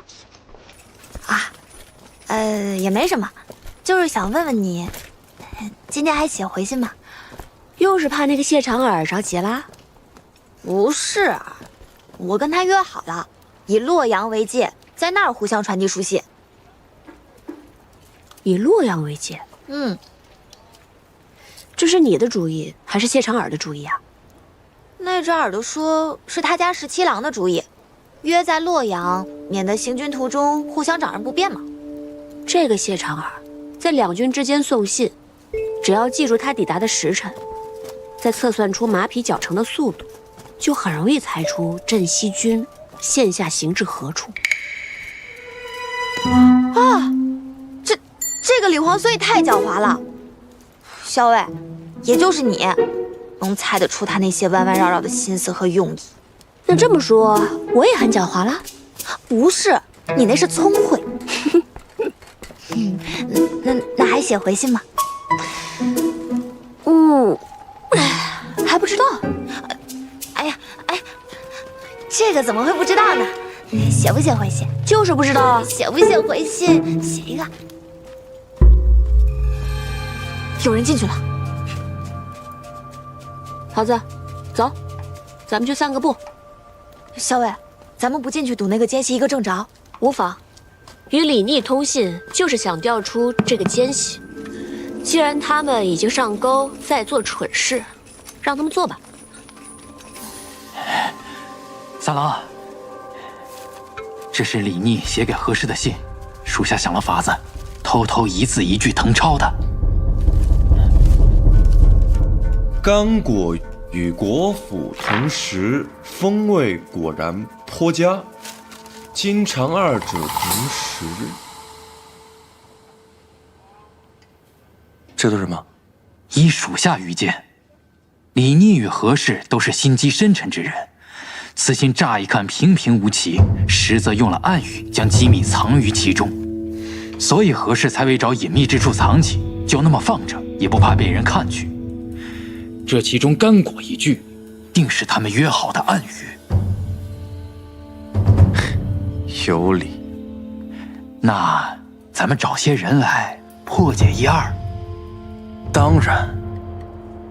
自君一别，虽数日，犹数年，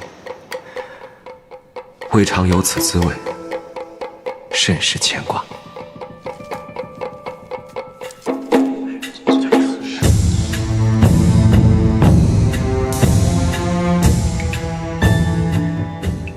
有时见水中蛙甚肥美，捕食鱼之，烤而食之，熄火后过剩，略有焦糊。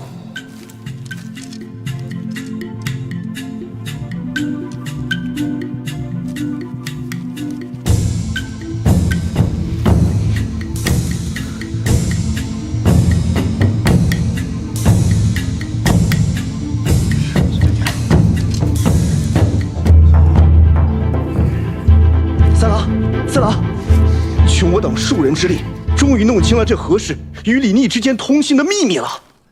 说，皇孙李逆自出劳兰关，最擅长的便是长途奇袭，声东击西。这次他主动离开洛阳，肯定也是想用这一招。有道理，继续说。三郎，请看，这封信是何氏最新收到的，捕食鱼之，这在水中，不是指目标宿在湖边吗？十字分钗，不正是指合而为之吗？那这湖边的目标是？我军今日不是恰巧经过湖泊，如今宿在湖边吗？如无意外，今日有时，那镇西军定会派人与何氏里应外合，偷袭我军。三郎，不如现在就把此事告知主帅，到时候来个守株待兔，只要击溃了镇西军，那可真是天大的功劳啊！是啊，功劳你个头啊！三郎息怒，我问你，现在谁人不知道他李逆正在猛攻潼关？他如何能够分身来袭击我们？现在有事已经过了，他李逆人呢？说！三郎，废！继续废！滚！你给我滚！是，速下告退。这是从何处取来的？崔立一直派人紧盯着何校尉，偷偷抄录他的信件。我是从崔离处取得的抄件。不过校尉明明发现了崔离的所作所为，却并未追究。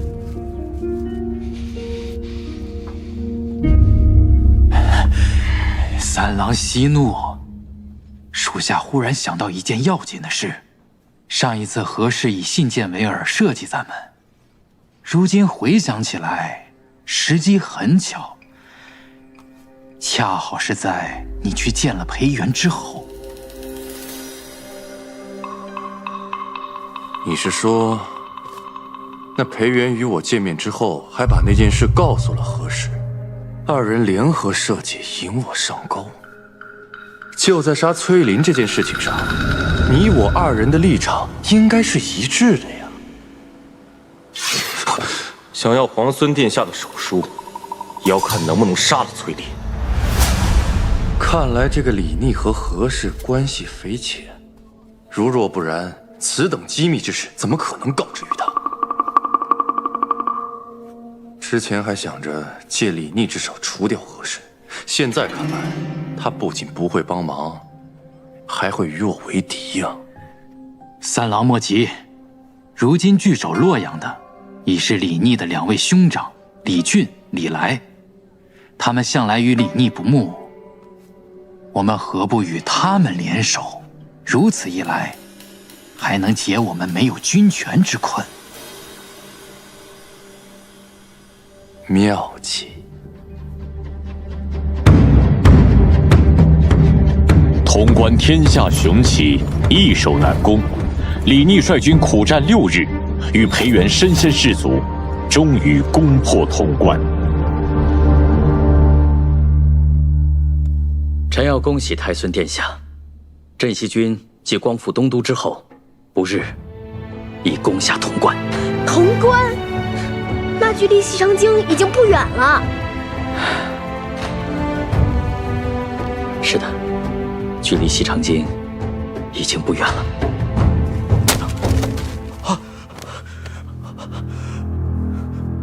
李逆不与兄长相争，直接放弃了洛阳。500里奇袭，强攻潼关。哼，岱主出好损呐！这个梁王果然生了个好儿子。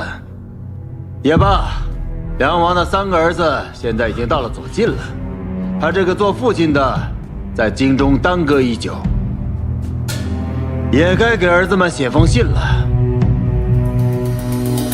坐。哎，石七郎，战事如何？坐。如今大局已定，穷寇莫追。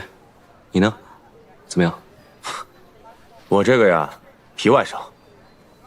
好啊，咱们熬了这么长时间，终于把潼关给咬下来了。我听我爹说，潼关号称第一锁要，开国100年来没有任何一支军队可以把它攻克。以后在国朝史书上，咱们镇西军也可以留下一笔了。如今攻守易势，你呢？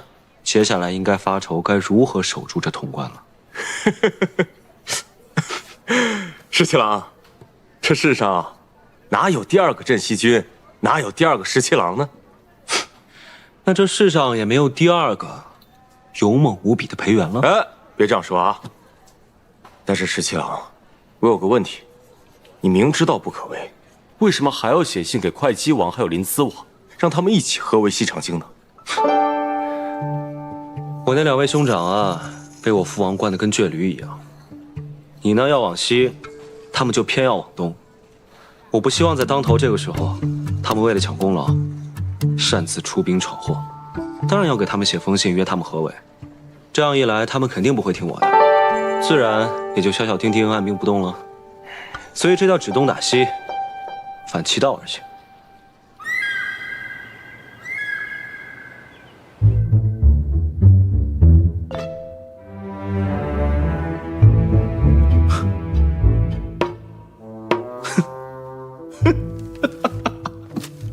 大哥，这信上怎么说呀？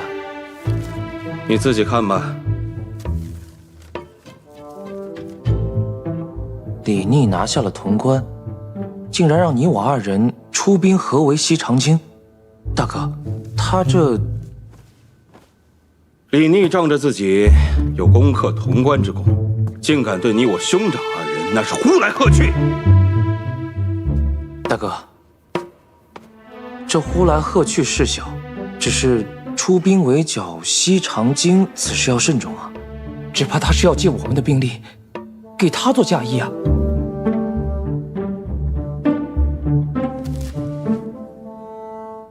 我早就知道李逆他居心叵测，万万不能让他心想事成。大哥，前2日崔家军的崔离不是派了密使前来吗？你是说，大哥，我觉得我们可以借兵给崔离，因为崔离借兵是想要杀崔林而嫁祸给李逆，如此他定会成为大哥手中的一把尖刀。公子，回来了，这一路辛苦你了。父帅身体如何？大将军一切都好，只是听闻崔离公子擅自前来，并干涉军务一事，也十分震怒，命我将令牌带回，交给公子。太好了，有了这块令牌，就可以让崔离转回营州，也不必担心他在节外生枝了。那个崔林居然千方百计要到了伯父的手令，命我即刻赶回营州，不得追随大军。好你个崔林，竟然如此忌惮我，千方百计要调走我。三郎息怒，洛阳那边回信了，不如先看看信上怎么说。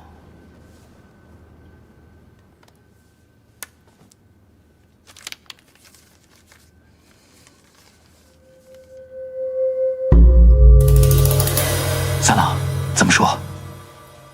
李俊已答应派兵助我击杀崔林，一旦事成，便封我为魏阳大将军。恭喜三郎，恭喜大将军！只要崔林一死，由我统帅崔家军便是顺理成章。届时，再把一切的事情都嫁祸给李逆，一箭双雕，天衣无缝。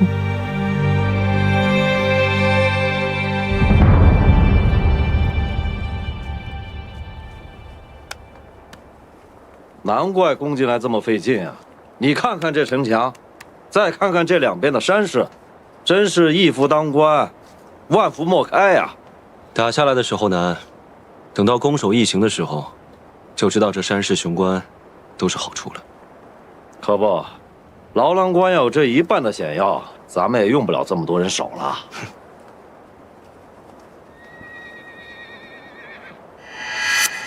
哟，是不是又有信来了？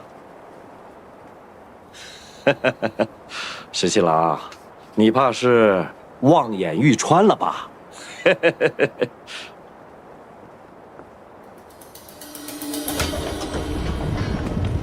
报！西长京信使到！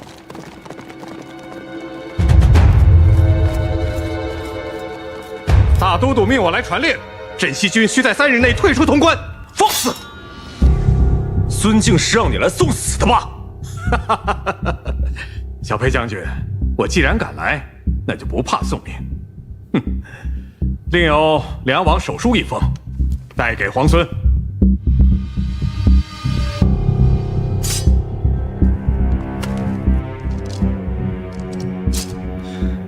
若要是执意不退兵呢？若是不退，那3日之后的午时，皇孙便备好丧服，为梁王服丧吧。想来我父王必定写了3封信，另外2封已经送去洛阳，给我那2位哥哥了吧？是，就是不知皇孙和2位兄长相比，谁更有孝心一些？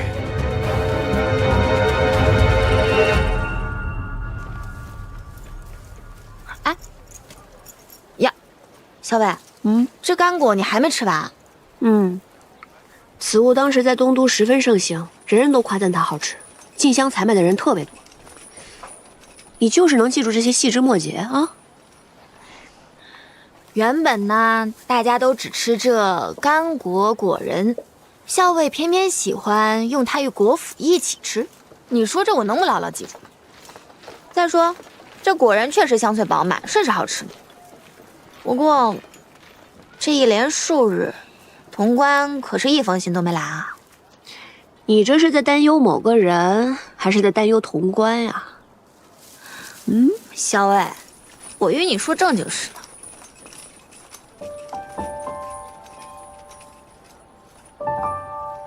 大概京中出事，他也没心思写信了吧？小伟，他是谁呀？他是谁啊？哎，他是谁啊？他是谁啊？吃干果还堵不上你的嘴啊！不说了，不说了。他是谁啊？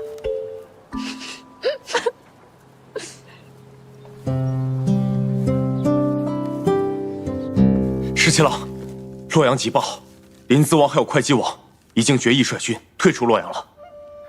我的这2位兄长，从小便很孝顺，也不怪我父王一直疼爱他们了。哼，洛阳本来就是他们从你手中占到的便宜，他俩当然不会肉疼。只不过现在，我们就进退两难了。潼关我们是万万不能放手的，如果洛阳一失的话，我军断绝后路。但是那个孙敬他真的是心狠手辣，如果我们不退兵的话，他真的会对梁王殿下动手的。十七郎，怎么办？十七郎，我朝天子乃至庶人，纲常伦理，以孝为本。如果我们拒不退兵的话，梁王真的惨遭孙敬杀害，到时候肯定会朝野哗然的。那些旧臣还有齐王之师都会对我们离心离德。十七郎，到底现在该怎么办？小姐，你不能去，你要是去了，岂不是送死？秋翠，你就别拦着我了。我在家中本就不得父母宠爱，在并州又险些丧命。若不是皇孙出手相救，我此时恐怕已是一抔黄土。他救我的时候，如同天神一般。彼时我就心想，或许这就是我应遇之人。为了报答他，哪怕粉身碎骨我也愿意。可是小姐，你从小就命苦，如果真的因此送命，只怕连个真正心疼你的人都没有。小姐，我想跟你一起活着回西长京。李皇孙先下洛阳，再克潼关，势如破竹，明显并非池中之物。他日必有一飞冲天之事。皇孙此人重情重义，若危难之时出手相助，皇孙必会刻骨铭心，涌泉相报。我若在此时能帮上他，还愁他日在府中没有立锥之地吗？此事不搏更待何时？小姐，你怎么突然像变了个人似的？从前你不争不抢的，有时下人势力都还不许我替你出头。秋翠，以前我不争不抢，是因为没有争抢的实力，更没有争抢的机会，徒劳无益，又何必呢？以后你就是我的心腹之人，也要学着多看看，多想想，什么时候应该出手，这才是聪明人的做法。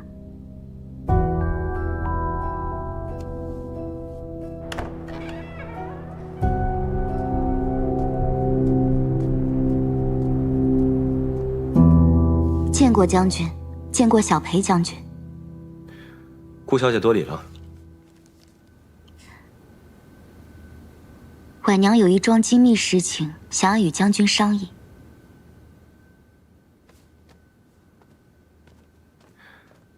顾小姐，请说。婉娘听闻京中孙贼以梁王殿下胁迫将军，婉娘愿赴西长京，待将军设法周旋，救出梁王殿下。你有何计谋？京中旧族世家众多，皆心向着国朝。只是孙贼势大，忍气不敢言，请将军赐一信物，婉娘回京后以将军之名，暗中联系士族，重金收买宫中守卫，或许得法能救出梁王殿下。不行，这样太冒险了。万一要是被孙敬知道，又或是被人告密，你会丢了性命，甚至连累……婉娘不怕死，若是为忠义而死，婉娘死有容焉。便是家父，将军亦是知道的，他绝不屈于孙贼，定然也会赞成婉娘此举。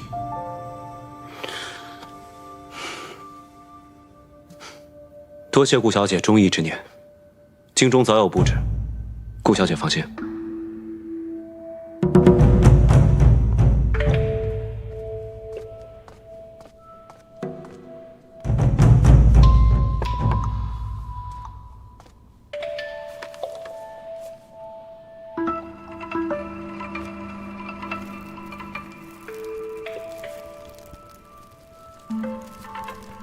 锦娘，你说这封信是放在桌子上，并不知是谁送来的。娘娘，会不会是大都督设下的圈套？不像是。这封信尽是阴郁，每一个字都不露其意。可是我也却明白他信中所求何事。我觉得李逆他是想同我联手的。想必他已经策谋良久，终于有把握去救出梁王。娘娘，那咱们自然得帮他。按照信中所说，将兰花搬到窗口之下。是。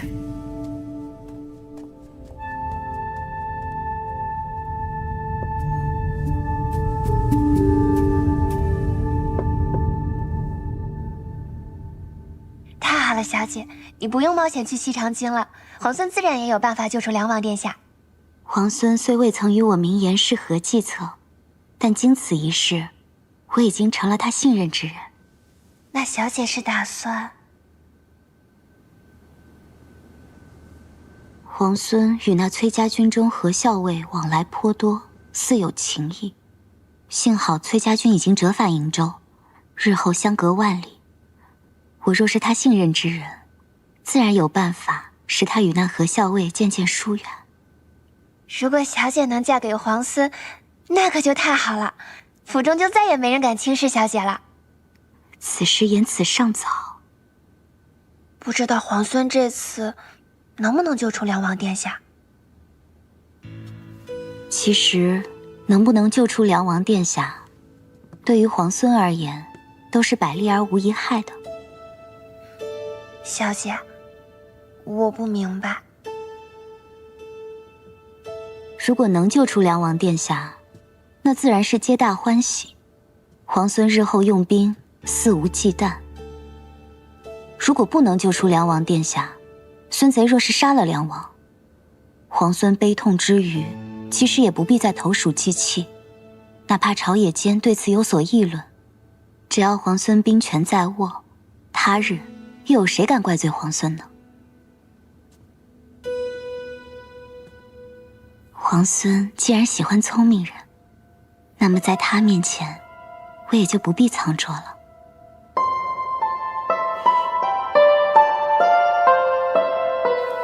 你说李皇孙会像他的兄长们那样退出潼关吗？你猜呢？仗要是打败了，还能东山再起；可人心要是丢了，就很难捡回来了。他的哥哥们都要退出洛阳了，皇孙要是不为所动，那就是千夫所指。我猜他会退。李逆素来会谋算，他早有救出梁王之意。孙敬对梁王看守必严，要救出梁王谈何容易啊！所以确实要好好想想办法，而且要天时地利人和。不过我看这李皇孙，怕是已经要凑好天时地利人和了。天时地利人和，如何才算得上是天时地利人和？桃子，你记不记得，你曾经配过一种药？撤！何校尉，撤！校尉，校尉！校尉，营中传来急报，公子请您回去议事。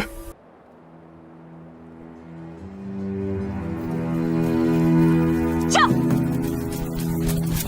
校尉回来了。公子，营中那边情况如何？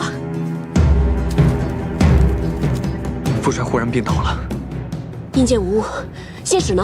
信使是父亲的亲信，他在途中遇袭受伤，把信送到后就倒地而亡了。公子，主上是旧病复发还是中毒？信中没有任何提及。请公子准许我带一队轻骑即刻出发前往驰援。事关父亲安危，我与你同去。不行，大军还带着辎重，不便急行。你还是按照原计划带着大军回去驰援。再说了，你身体未愈，夜以继日的急行，你的身体支撑不住的。阿阳，我心意已决，您我一同带队轻骑先行驰援，无需争辩了。好。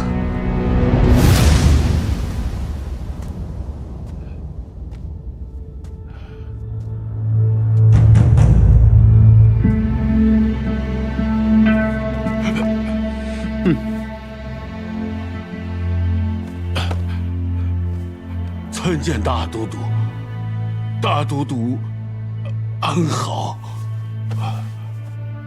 你那3个儿子见了你写的信之后，李俊和李来颇为孝顺，立刻就答应退兵了，还上书祈求我好生照顾你。至于那个李逆嘛，他竟然砍了郑国公的人头送过来，还附上了一封信。哼！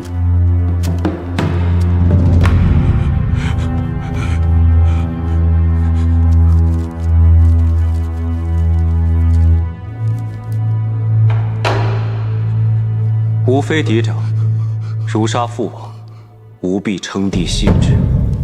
李逆称了帝，自然也要追封生父为帝。梁王，这倒是一件大喜事啊！小王若有这般大逆不道的想法，天打雷劈呀！逆子害我，逆子害我呀！大都督明鉴，大都督明鉴，大都督明鉴，大都督明鉴，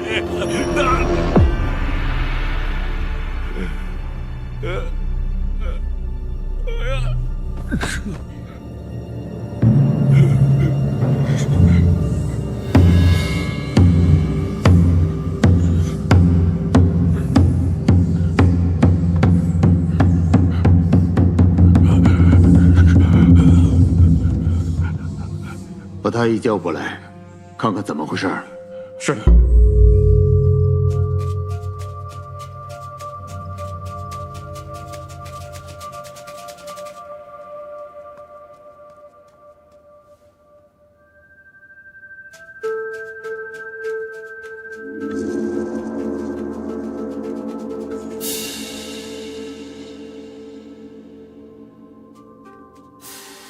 想法子让魏国夫人知道。是。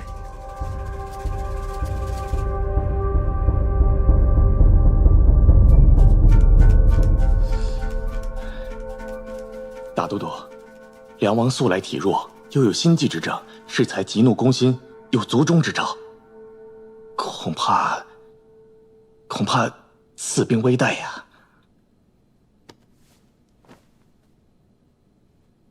还能救吗？臣并无把握。抬下去吧。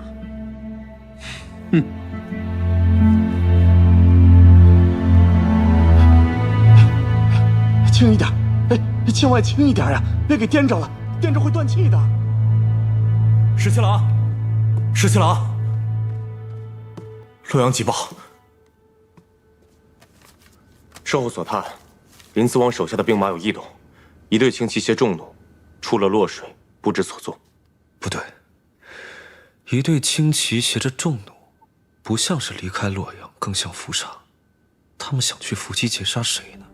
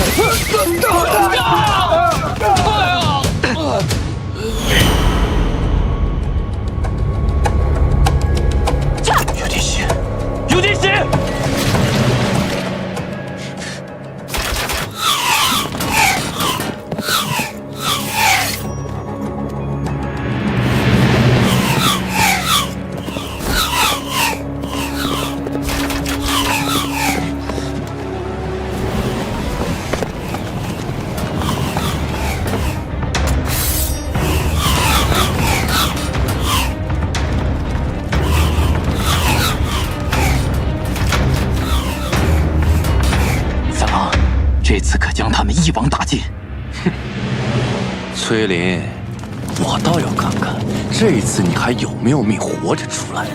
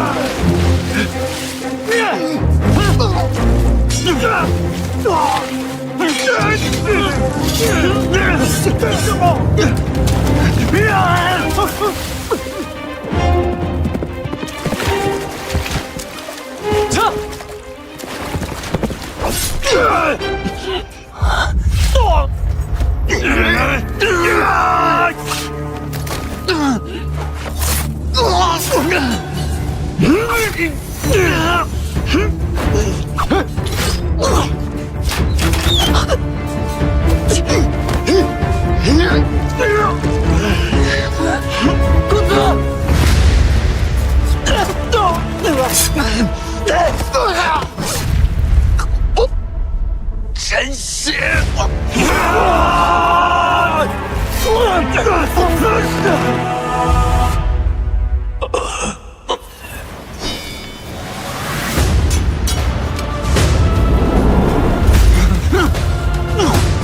师兄！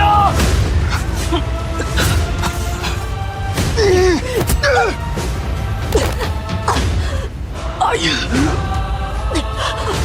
公子！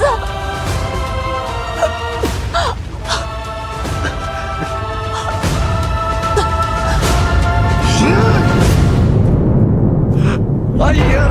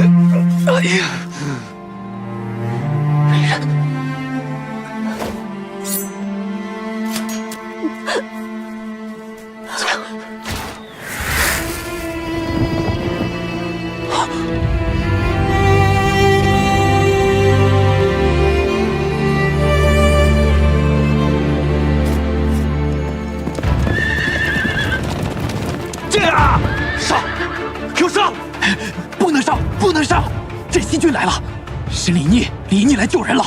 什么？就是李逆！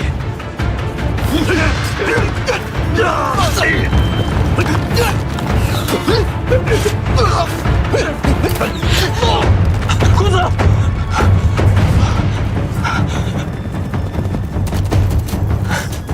走。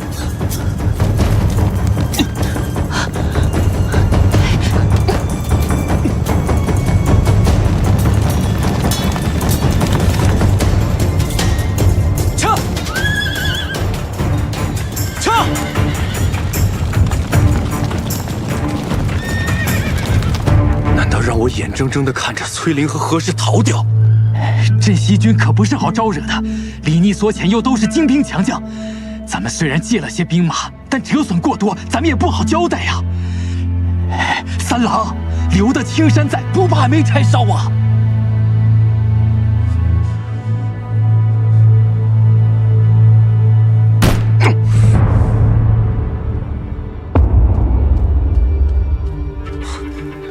怎么回事？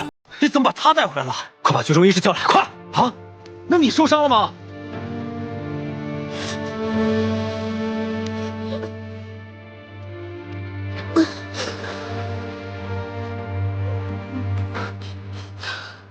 哎呀，此剑粗入体太深，又有倒刺，若是使蛮力拔出，只怕会伤及经脉，会血流不止的。现下只能将剑粗细细挖出。老夫已经老了，手不稳，不敢挖呀。没事，我懂医术，我来吧。可是此法极其痛苦，怕这小娘子承受不住啊！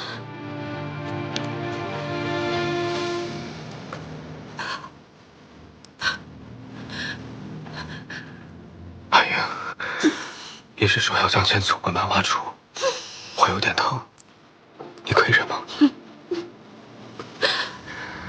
有我在，你一定不会有事的。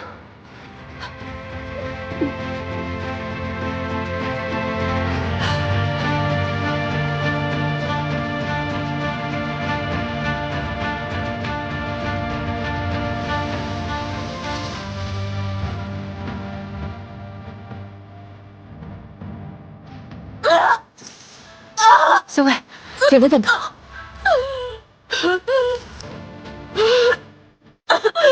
忍一下，马上就好了。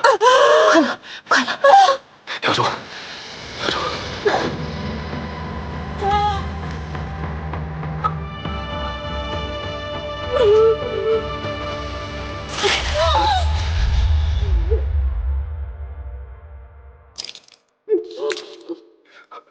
没事了，没事了，没事了，没事了，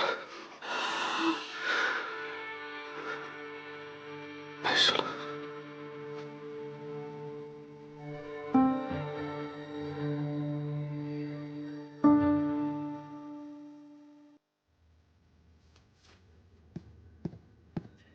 我来帮你擦。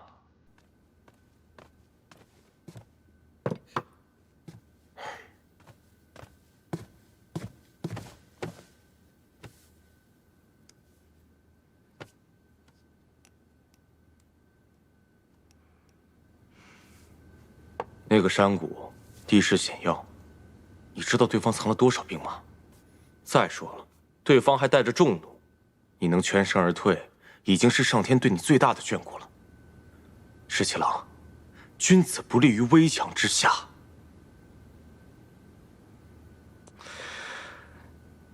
你说你好好一个武将，怎么偏偏要学你大伯那样，引经据典，整天长篇大论的？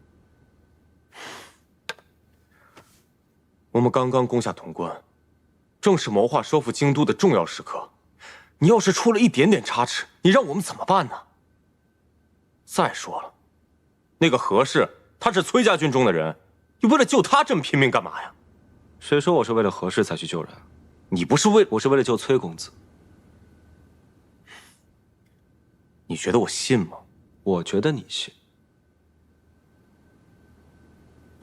行，你说什么都对。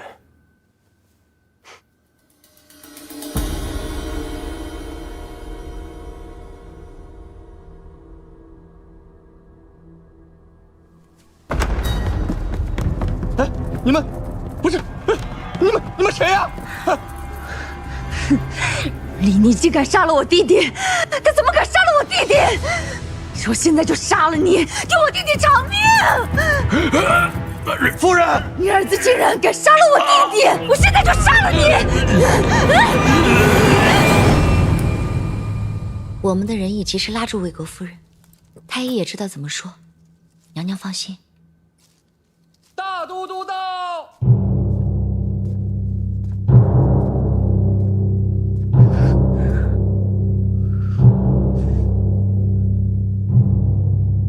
请大都督恕臣无能，梁王惊惧过甚，脉搏本已十分微弱，更兼适才又因夫人之怒窒息良久，这心胆之气已散，药石罔效，已经过世了。我要砍了他的脑袋，给他儿子送去，让他儿子也尝尝什么叫锥心之痛。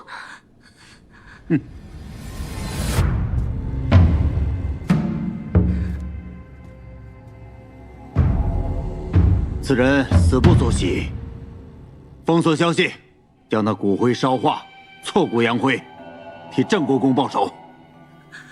不，我要把他脑袋砍下来，给他儿子送去。你打我！你竟然打我！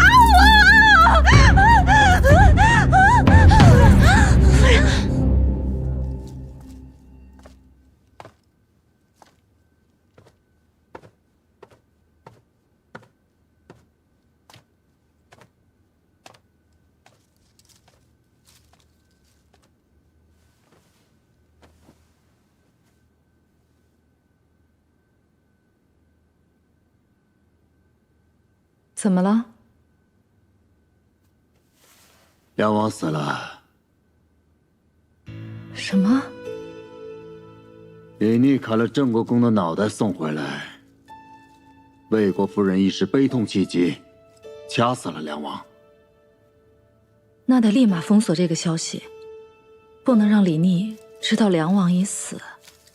我只知道魏国夫人糊涂愚蠢。没想到，他竟然坏了我的大事。李逆其人，心性坚忍，狡黠多智。便是梁王活着，他也未必会退让。大都督不必懊恼。娶妻娶贤，我就是娶错了妻子，才会痛失洛阳。虽然是这样，哪怕他一错再错，大都督也从未对他如何。想必是糟糠之妻，毕竟在你心中不同寻常。你这又是何必呢？她是你名正言顺的妻子，我就是不喜欢她。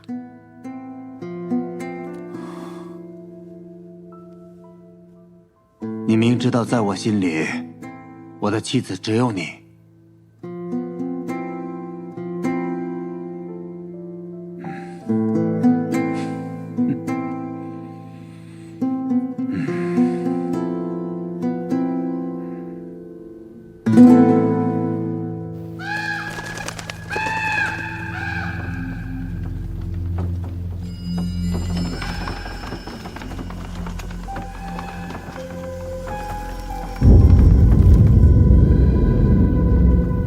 哎，对，就这儿吧，赶紧烧了得了。上头可吩咐了啊，要挫骨扬灰。是。哎，怎么这么瘆得慌？是啊，二位大人，这棺木落葬之时啊，阴气重得很。这几日宫里几个人犯了错，被拉了出来，都是被活活打死的。所以乡老传言，有恶鬼作祟。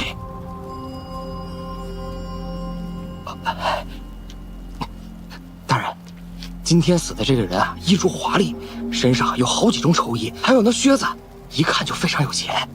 您看看这，与其烧掉，还不如卖给我们当钱呢。你们连死人的财都敢发，哎，怪不得总有人使银子。烧香的脑袋想领这份差事。哎，什么？你们手脚麻利点啊！好了，上头说了，得让我们亲眼看到他烧成灰才行。二位请。快换，快换！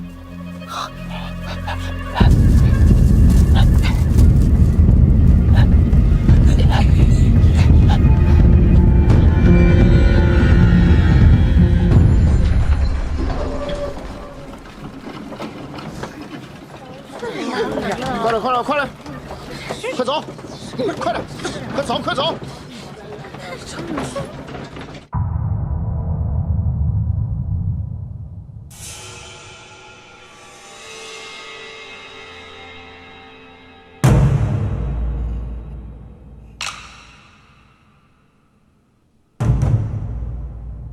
父王，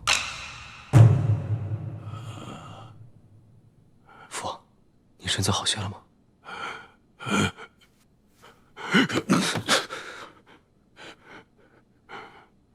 吾非嫡长，如杀父王，吾必称帝谢之。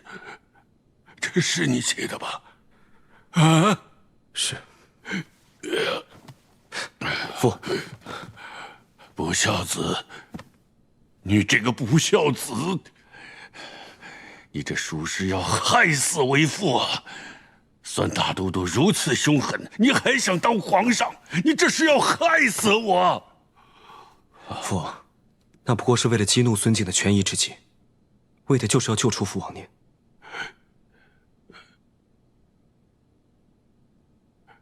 救出我？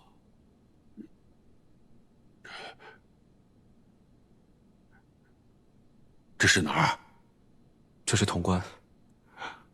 自从孙敬叛乱之后，父王一直被扣在京中为止。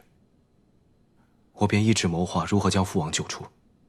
此前，通过崔家军在宫中的人手，在暗中布置，只等见机行事。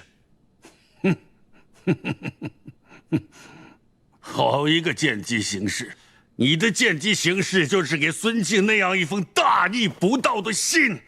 你可知道，若是孙敬一动念，我就身首异处了。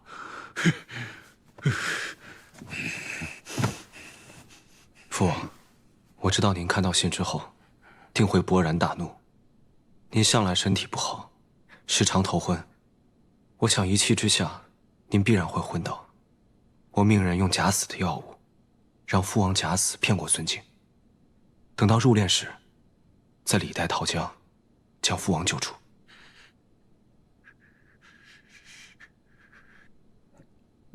逆子，你这个逆子，你狂悖妄为！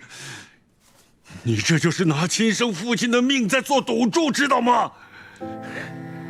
儿子不敢。你还有什么不敢的？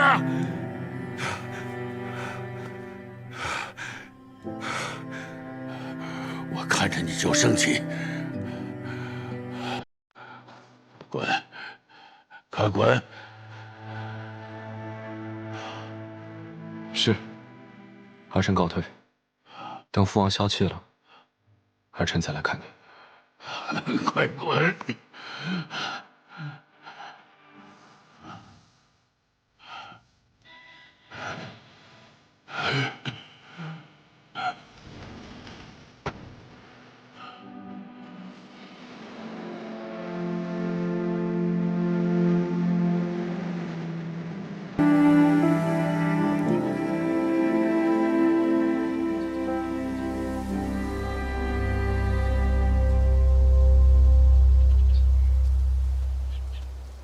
见过将军。听说迎回了梁王殿下，我便炖了一盅松蘑鸡汤，把油撇了去，再清淡不过。想着梁王殿下历经艰险，身心俱疲，用一些清淡养神的饮食，也可修培元气。皇孙不知道，我们小姐亲自守着小炉子，炖了好几个时辰呢。秋翠，多嘴。顾小姐费心了。将军这是哪里的话？将军是要办大事的人，忙于军务。婉娘身无一技之长，又是柔弱女流，在军中添了不少麻烦。既然迎回了梁王殿下，请将军允许婉娘来照顾梁王殿下的衣食吧。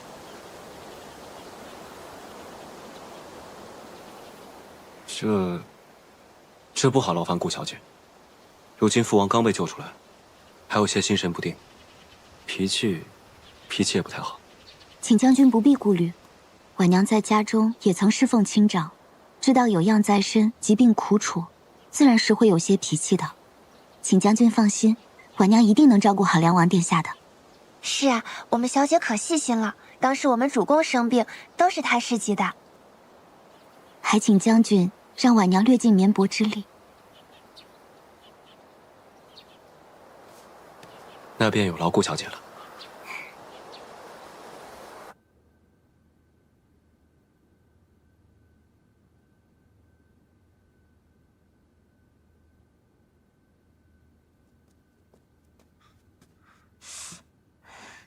桃子姑娘，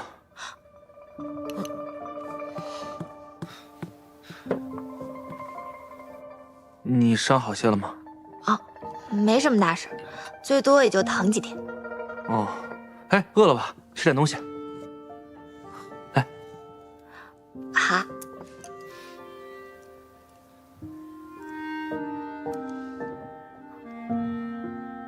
怎么了？面不好吃吗？汤面哪有猪耳朵好吃吗？你傻乐什么？没什么，没什么。面快凉了，你快吃吧。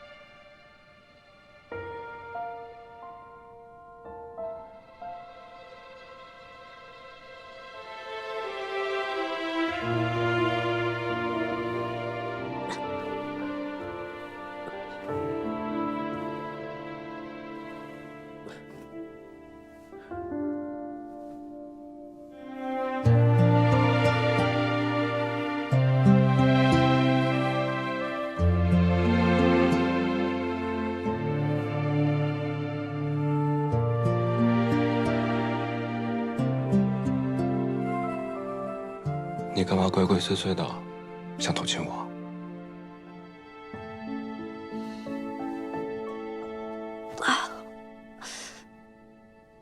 你有什么值得我偷亲的？哎，你这个人，是我救了你的命哎！你想想，我都救了你多少次了？你对救命恩人这么不客气的吗？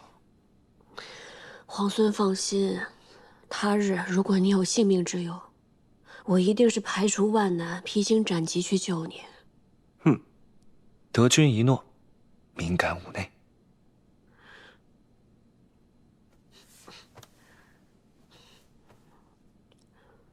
你是怎么知道有人要伏击我们的？我得知洛阳派出了一队轻骑兵，这队轻骑手持重弩，明显是要伏击截杀。我思来想去，忽然想到你们崔家军那个崔离，他曾经找裴元商量过，要伏击崔公子。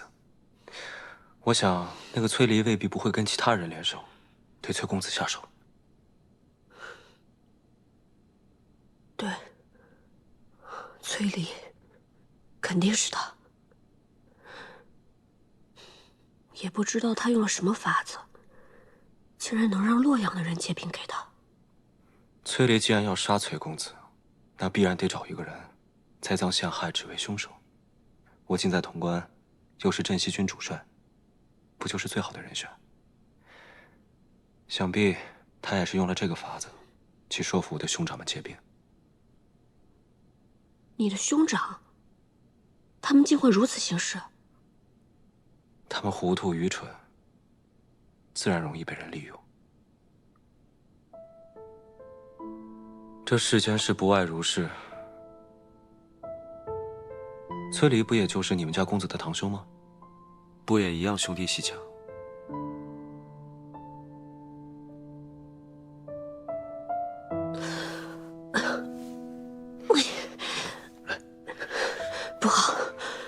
瀛州之事肯定更为蹊跷。公子呢？桃子呢？他们都受伤了吗？还有我的马在哪儿？你不会现在要赶回瀛州吧？我是担心，瀛州乃是我们崔家军的根本。不行，我得想办法赶紧回去。阿莹，你的伤不致命，但你们家公子可能要好好静养一些时日了。你如果执意要赶回去，我不拦你，但你要想清楚，你能不能撑到跟大军会合，还有没有余力去解救瀛州之事。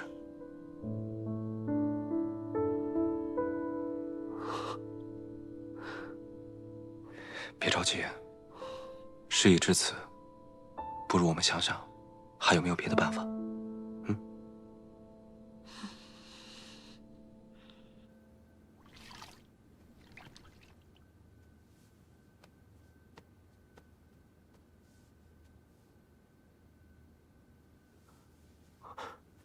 公子，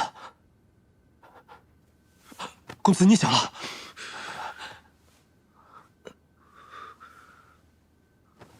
阿莹呢？公子放心，小婉没事，只是受了些轻伤，不碍事的。那就好。阿醒呢？阿醒呢？公子，阿醒去了。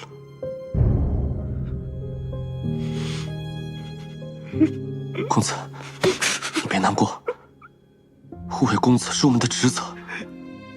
但是现在，阿醒不在了，阿醒真的不在了。公子，阿醒也不像你这么难过。我与阿醒都是没人要的孤儿，若不是公子和校尉收留我们，让我们留在崔家军，哪有我们的容身之处啊？能为公子而死，阿醒不会后悔的，我也不会后悔的。我不许你说这些话。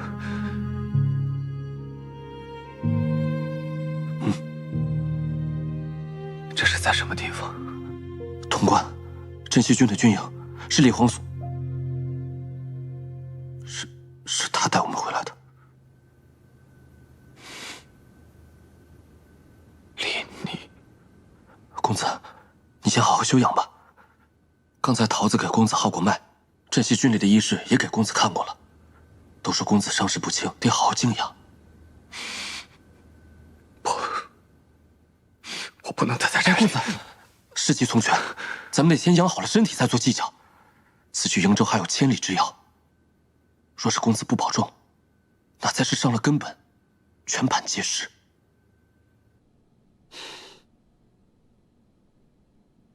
还有一事，陈醒，还有那些战死的崔家军将士们，劳烦皇孙派人助我为他们收敛安葬。你放心吧，在你昏迷的时候，我已经派人收敛了战死的崔家军将士。我知道陈醒是你们公子的贴身亲卫，我命人给他立了碑。等你们崔公子康复了，再亲自去祭奠。阿英，节哀顺变。谢谢。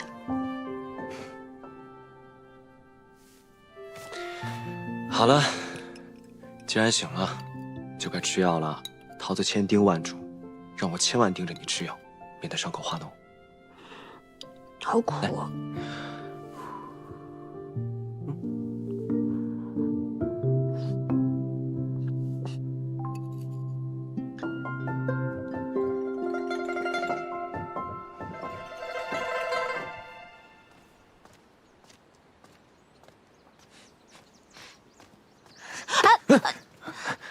哎，桃子姑娘，我正想去找你呢。这么巧，我也正想去找你呢。你找我什么事儿？哦，这个是我给你找的上好止疼药，你把它涂在伤口上，这样你伤口就不会疼了。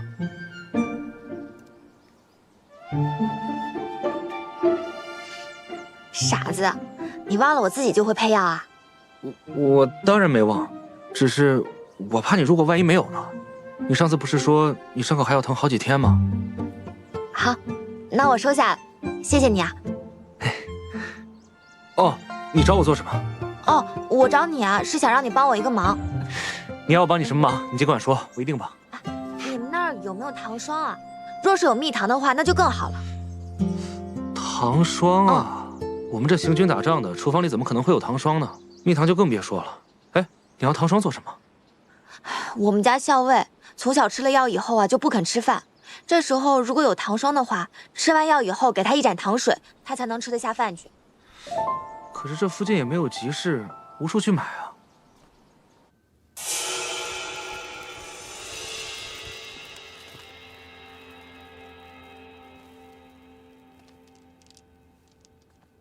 梁王已经平安到潼关了，指望太孙也能够逢凶化吉，遇难成祥。娘娘放心，太孙定能安然无恙。李逆已经自取潼关，想必孙敬已经心中自乱了。你看，他今日已经下令征粮，让城中的百姓每家都囤足够3月所食的粮食。看来孙敬已经做好了被围城的准备了。那时期皇孙会率军围城吗？西长京城池坚固，守易攻难，李逆八成不会强攻。真希望。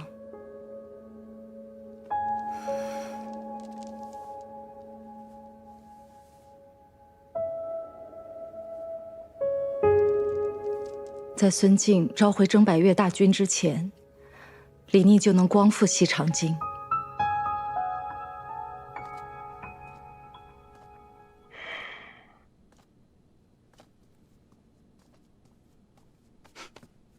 哎，你做什么去了？连午饭都没用。